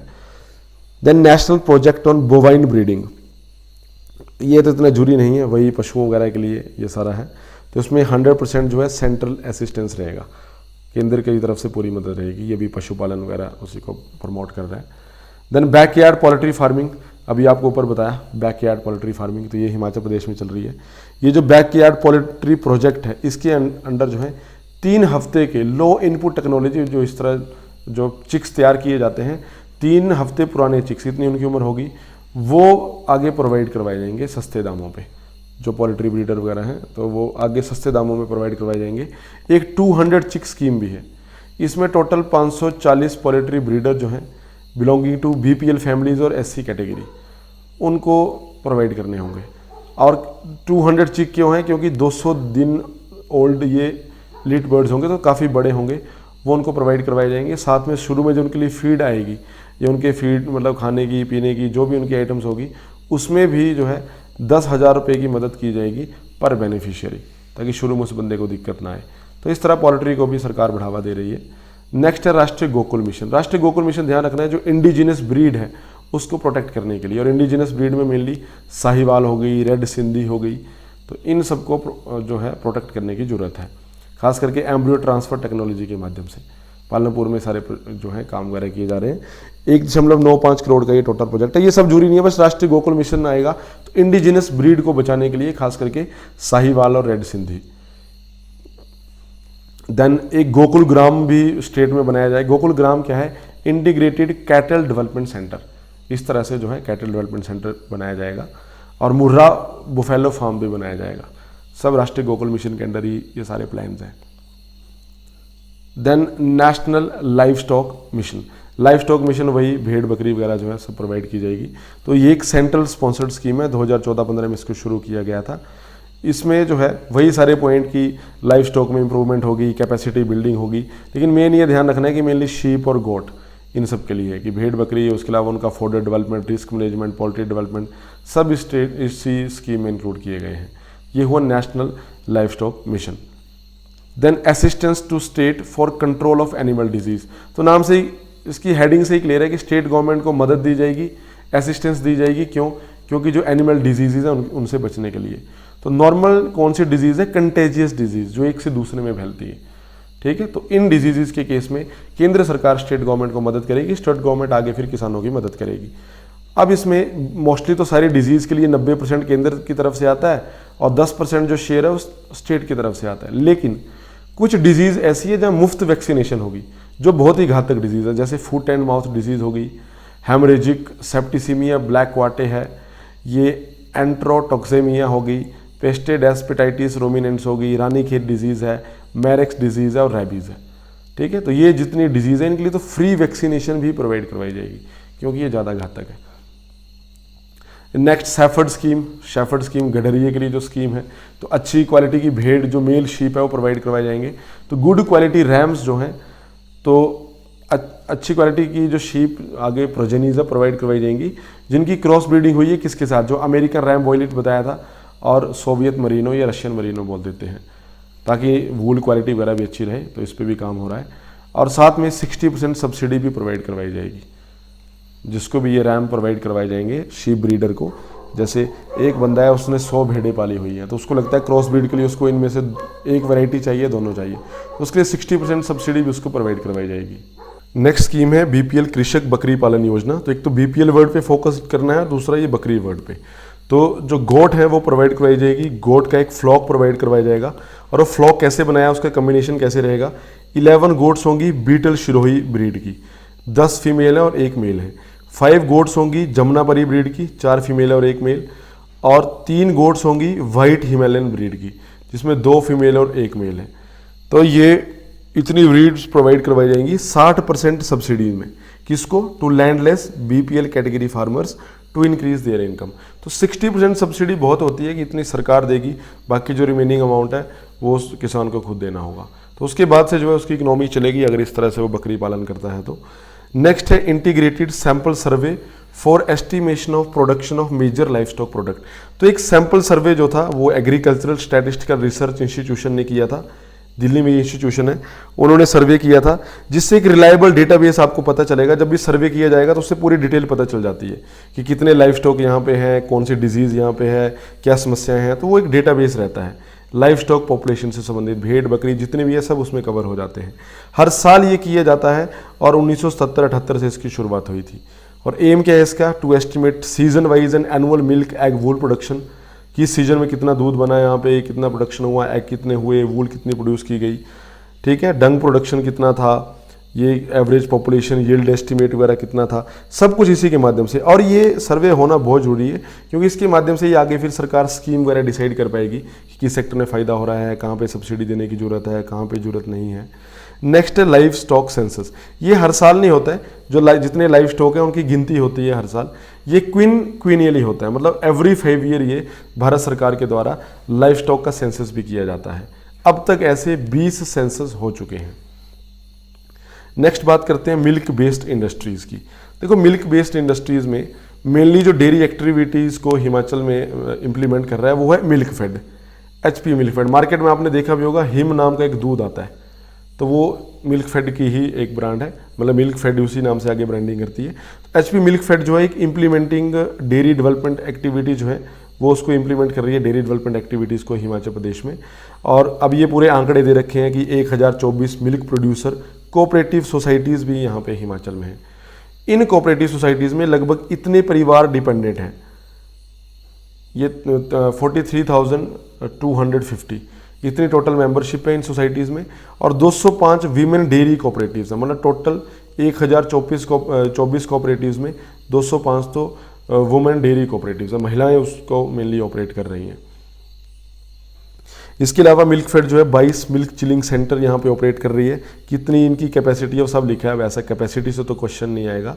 और एक मिल्क पाउडर प्लांट है 5 मैट्रिक टन का, हर दिन 5 मैट्रिक टन ये जो पाउडर मिल्क होता है प्रोड्यूस करता है, और ये दत्तनगर में है, शिमला में। साथ में एक कैटल फीड प्लांट है, 16 मीट्रिक टन पर डे इसकी कैपेसिटी, और ये भोर नामक जगह में हमीरपुर में। तो आइडिया होना चाहिए कौन सी चीज़ का है। मिल्क पाउडर प्लांट ये दत्तनगर में है, और ये जो है कैटल फीड प्लांट ये भोर में है, हमीरपुर में। इसके अलावा हर जगह ये मिल्क सप्लाई करते हैं, खास करके गवर्नमेंट सेक्टर जैसे आर्मी की डगशाई यूनिट शिमला, पालमपुर, धर्मशाला, ये जो भी ऐसे स्कूल्स गवर्नमेंट वगैरह या गवर्नमेंट हॉस्टल वगैरह वहाँ पे यही मिल्क सप्लाई करते हैं। देन अब देखो डेयरी डेवलपमेंट एक्टिविटी जो है ना हिमाचल प्रदेश में 2 टियर स्ट्रक्चर है। एक छोटी छोटी जो मैंने सोसाइटीज़ आपको बताई कि हर गांव का दूध एक सोसाइटी में इकट्ठा होगा, उसके बाद उसकी जांच होगी और आगे भेजा जाएगा। और आगे किसको भेजा जाएगा? HP milk fed. तो 2 टियर में करता है, पहले टियर में मिल्क फेड है और दूसरे टियर में ये विलेज डेयरी कोऑपरेटिव्स हैं। एक प्रकार का आनंद मॉडल है, ये आनंद पैटर्न इसको बोलते हैं। जहाँ गुजरात में अमूल वगैरह का जो बिल्कुल फाउंडेशन जो एरिया था वो आनंद था, तो आनंद से ही वो सब कुछ हुआ। आनंद जो जगह है गुजरात में डेयरी इंडस्ट्री के लिए बहुत फेमस है। तो आनंद मॉडल है, एक प्रकार का आनंद पैटर्न है 2 टियर स्ट्रक्चर कि विलेज कोऑपरेटिव्स होंगी और फिर एक अपर टियर जो HP मिल्क फेड यहाँ पे है। अब लास्ट ईयर जो है इन्होंने 1 अप्रैल 2019 को मिल्क प्रोक्योरमेंट रेट, जो दूध का जो दाम देते थे, ये 2 रुपये का इसमें इजाफा हुआ है। तो आप आइडिया लगा सकते हैं कि 2 रुपये का इजाफा पर लीटर में होना बहुत बड़ी बात है। 43,250 परिवार जो मिल्क फेडरेशन से जुड़े हुए हैं तो उनको इसमें काफ़ी फायदा होगा। देन कई डेवलपमेंट एक्टिविटीज़ भी HP मिल्क फेड ने शुरू की हैं, जैसे कि processing plants of capacity 5,000 litre per day इतना दूध जहां प्रोसेस होगा, ऐसे प्लांट सेटअप किए गए हैं रिकांगपियो में, नालागढ़ में, मोहाल में और जंगलबैरी में जो हमीरपुर में। इसके अलावा चंबा, रोहडू और नाहन और ऊना में भी।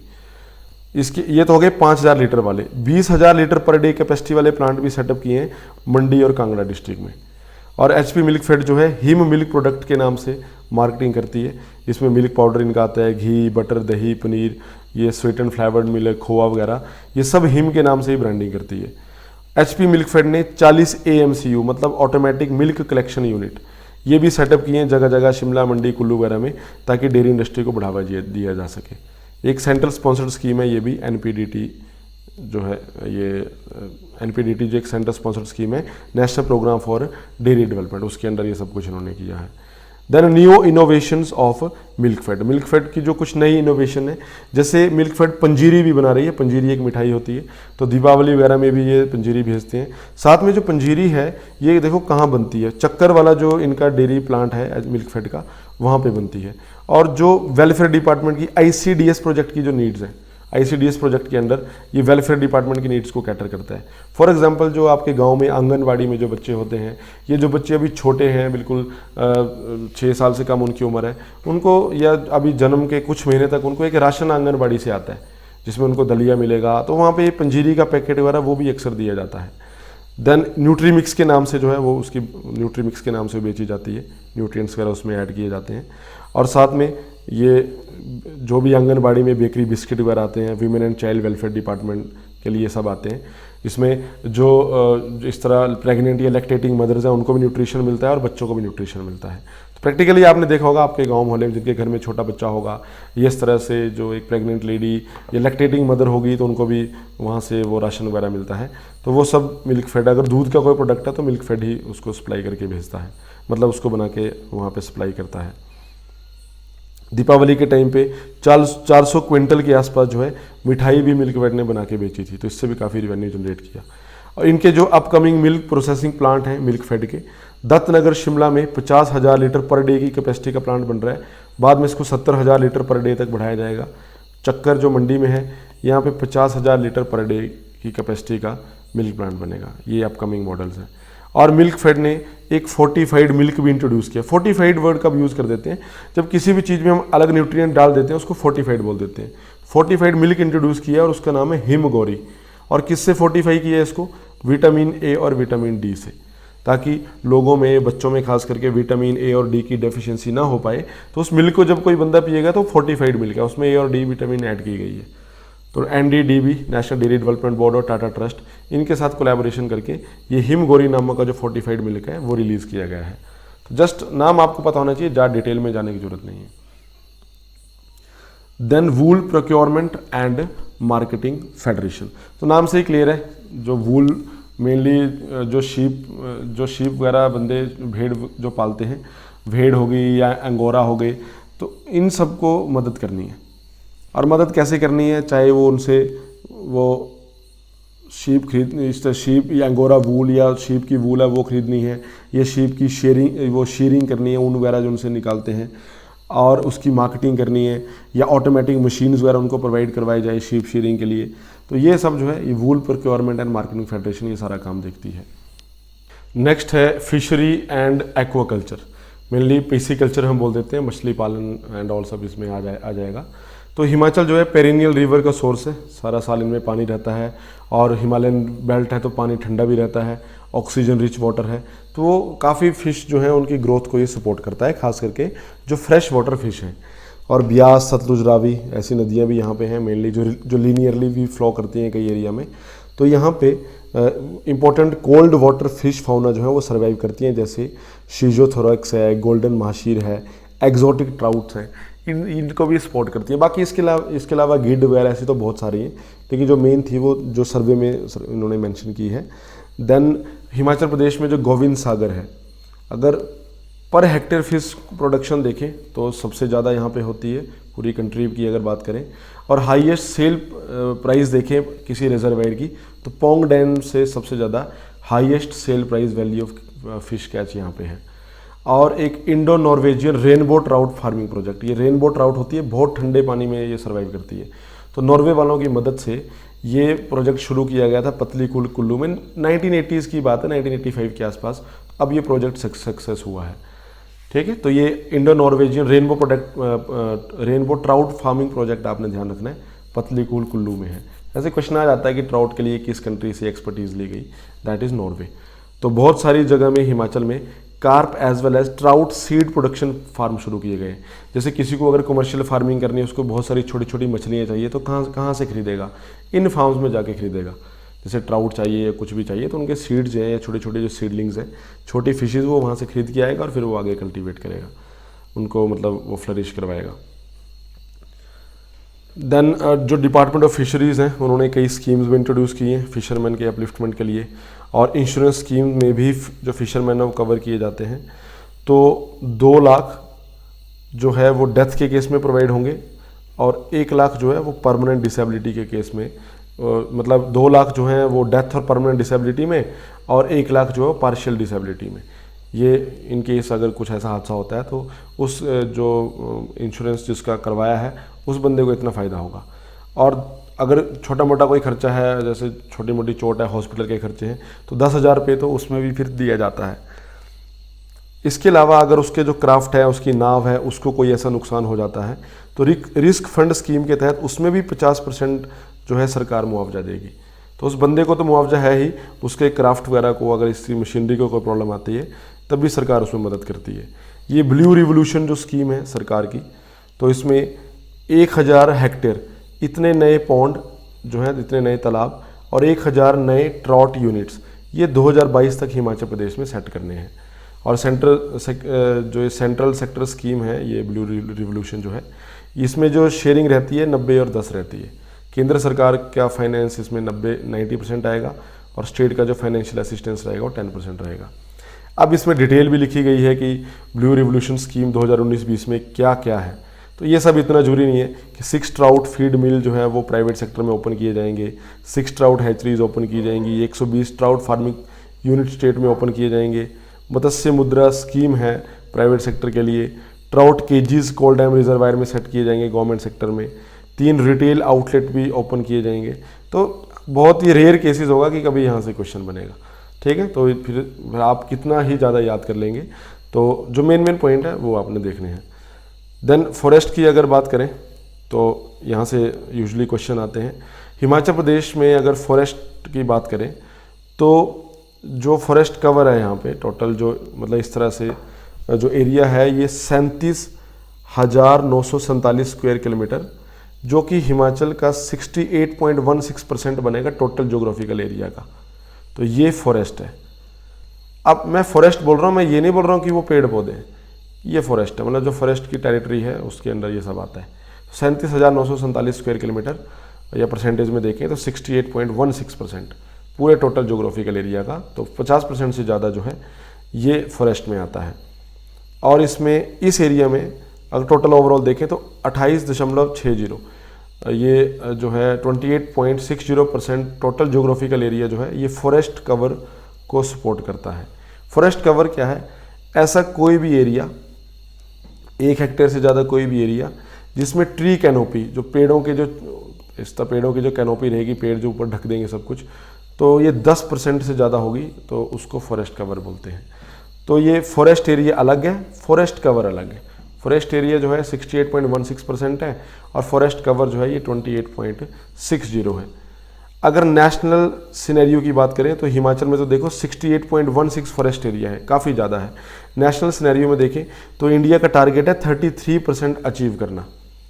लेकिन अभी जो लेटेस्ट रिपोर्ट आई है India state of forest report ISFR 2019, अभी जो ये रिसेंटली रिपोर्ट आई है, प्रकाश जावड़ेकर ने इसको रिलीज़ किया 30 दिसंबर 2019 को, तो इसमें जो टोटल फॉरेस्ट कवर और ट्री कवर जो है ये 8,07,276 स्क्वायर किलोमीटर है, मतलब कि 24.56, लगभग देखें तो 25% ये इंडिया का फॉरेस्ट कवर हो गया है। तो पूरे जोग्राफिकल एरिया का 24.56% जो है ये उसमें फॉरेस्ट कवर में आता है। जबकि पुरानी जो रिपोर्ट थी तो उसमें 24.39% था, तो थोड़ा इसमें वृद्धि हुई है, थोड़ा बढ़ावा हुआ। और कितना बढ़ावा हुआ है? 5188 square kilometre forest and tree cover दोनों मिला के इतनी इसमें बढ़ोतरी हुई है। अब हिमाचल प्रदेश की फॉरेस्ट पॉलिसी क्या है कि फॉरेस्ट का प्रॉपर यूटिलाइजेशन होना चाहिए, कंजर्वेशन होनी चाहिए, उनका एक्सटेंशन होना चाहिए। और जो फॉरेस्ट डिपार्टमेंट है उनका प्लान है कि फॉरेस्ट कवर को जो ये 30% है, इसको 30% जो ये है, सॉरी जो अभी 28 पॉइंट समथिंग है, इसको 30% तक लेके आना है 2030 तक, क्योंकि ये भी एक SDG है, सस्टेनेबल डेवलपमेंट गोल है। नेक्स्ट फॉरेस्ट, अब देखो इसमें बहुत सारे पॉइंट हैं, ऐसे प्री के लिए तो ज़्यादा इंपॉर्टेंट भी नहीं बनेंगे, लेकिन फिर भी मैं एक मोटे मोटे तौर पे इसको एक्सप्लेन कर देता हूँ। फॉरेस्ट प्लांटेशन की अगर हम बात करें तो ये अलग अलग स्कीम्स हैं स्टेट में जिनके माध्यम से ट्री वगैरह को उनका प्लांट करना, ऐसी कई स्कीम चल रही हैं।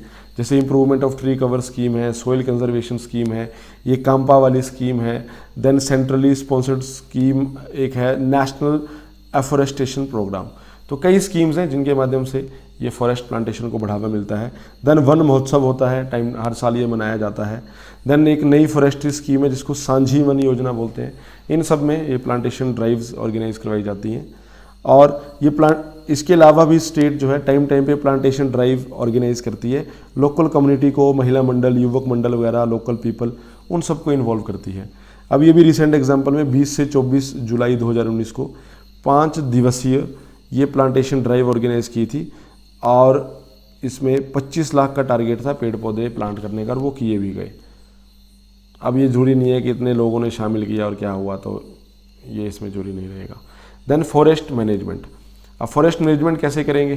तो जो चेक पोस्ट है उनको इक्विप किया गया है, सेंसिटिव प्लेसेस को CCTVs वगैरह होंगे, कभी जंगल में आग वगैरह लगी तो फायर फाइटिंग इक्विपमेंट भी होना चाहिए, इम्प्रूव टेक्निक्स जो है उनको बढ़ावा दिया जा रहा है।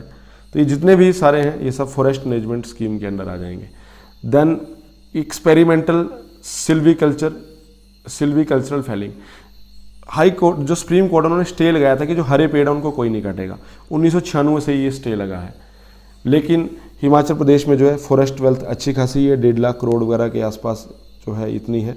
तो सुप्रीम कोर्ट ने अभी जो है इसको अलाउ किया था कि ठीक है, अगर आपने इस तरह पेड़ गिराने, हरे वृक्ष जो अलाउ नहीं है, ग्रीन फेलिंग को सिल्वीकल्चरल ग्रीन फेलिंग भी बोलते हैं, तो 3 स्पीशीज़ के लिए परमिशन दी थी, खैर, चील और साल, कि एक्सपेरिमेंटल बेसिस पे आप ये फैल कर सकते हैं। और हर जगह नहीं, सिर्फ 3 प्लेसेस पे, एक नूरपुर रेंज पे, भराड़ी रेंज बिलासपुर में, नूरपुर रेंज कांगड़ा के नूरपुर में, और पौंटा रेंज ये सिरमौर के जो सिरमौर डिस्ट्रिक्ट है उसमें आता है।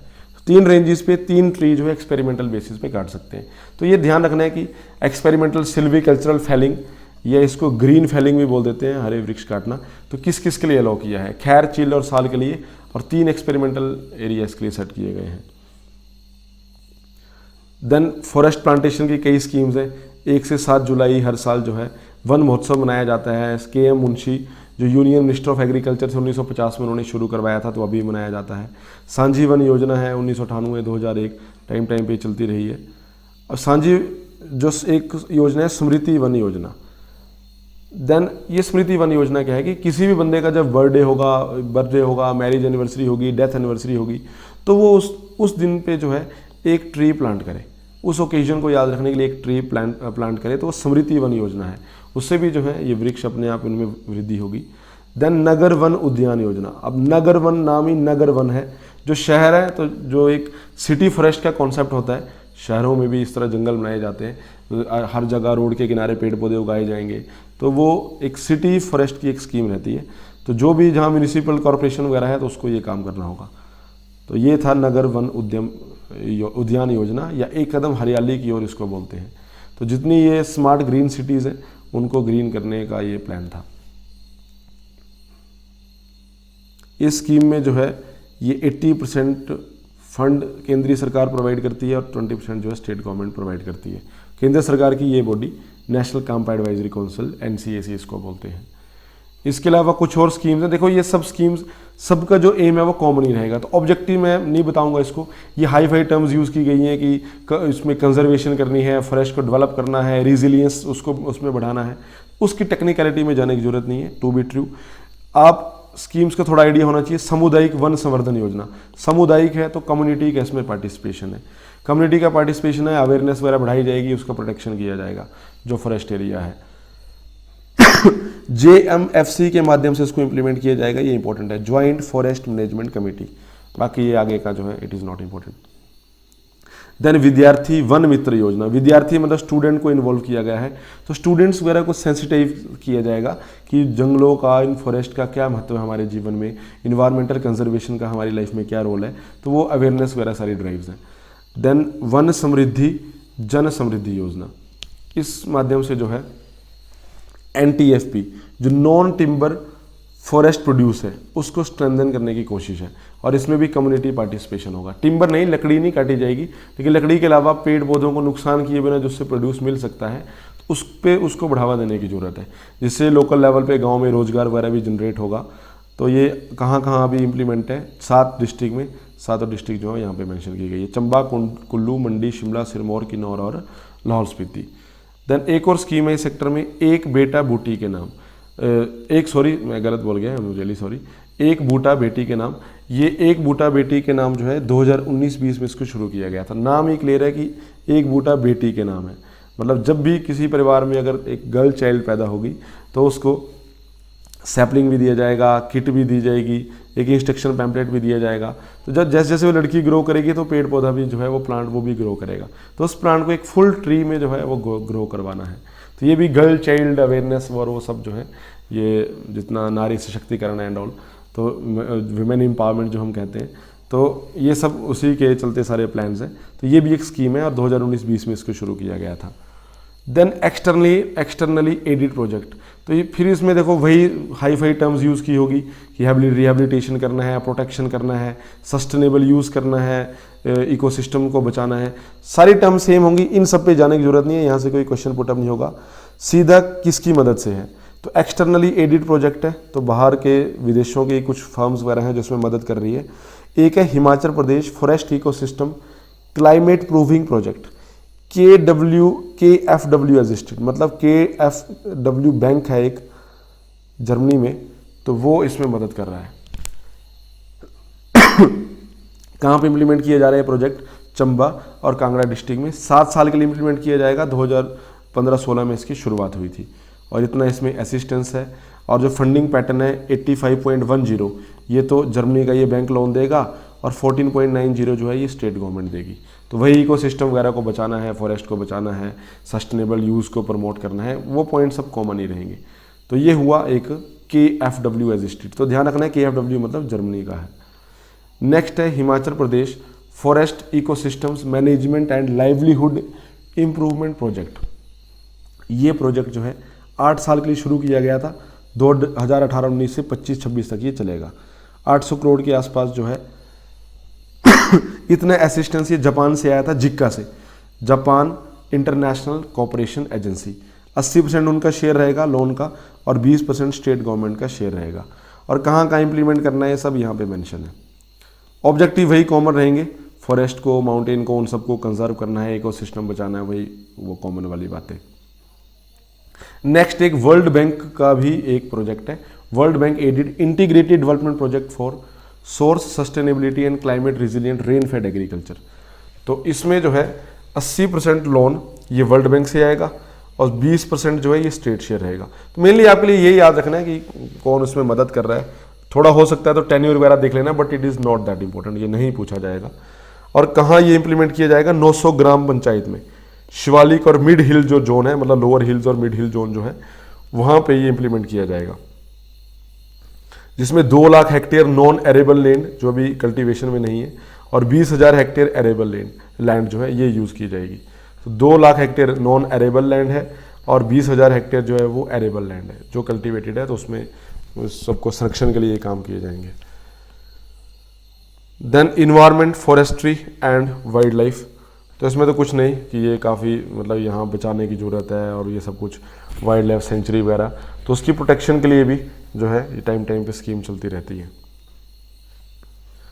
देन इसमें तो ऐसा कुछ सब्सटेंशियल नहीं है। लास्ट में जो इस चैप्टर की जो इन्होंने सर्वे में, गवर्नमेंट सर्वे में जो एंड किया गया था, उसमें बताया गया है कि जो एग्रीकल्चर और एलाइड सेक्टर में जो GVA का शेयर है वो करंट प्राइसेस में डिक्लाइन हो गया है। मतलब एक टाइम पे 2014-15 में जो एग्रीकल्चर और एलाइड एक्टिविटी का शेयर था 15.35% था और 2019-20 में 12.73% तक रह गया है।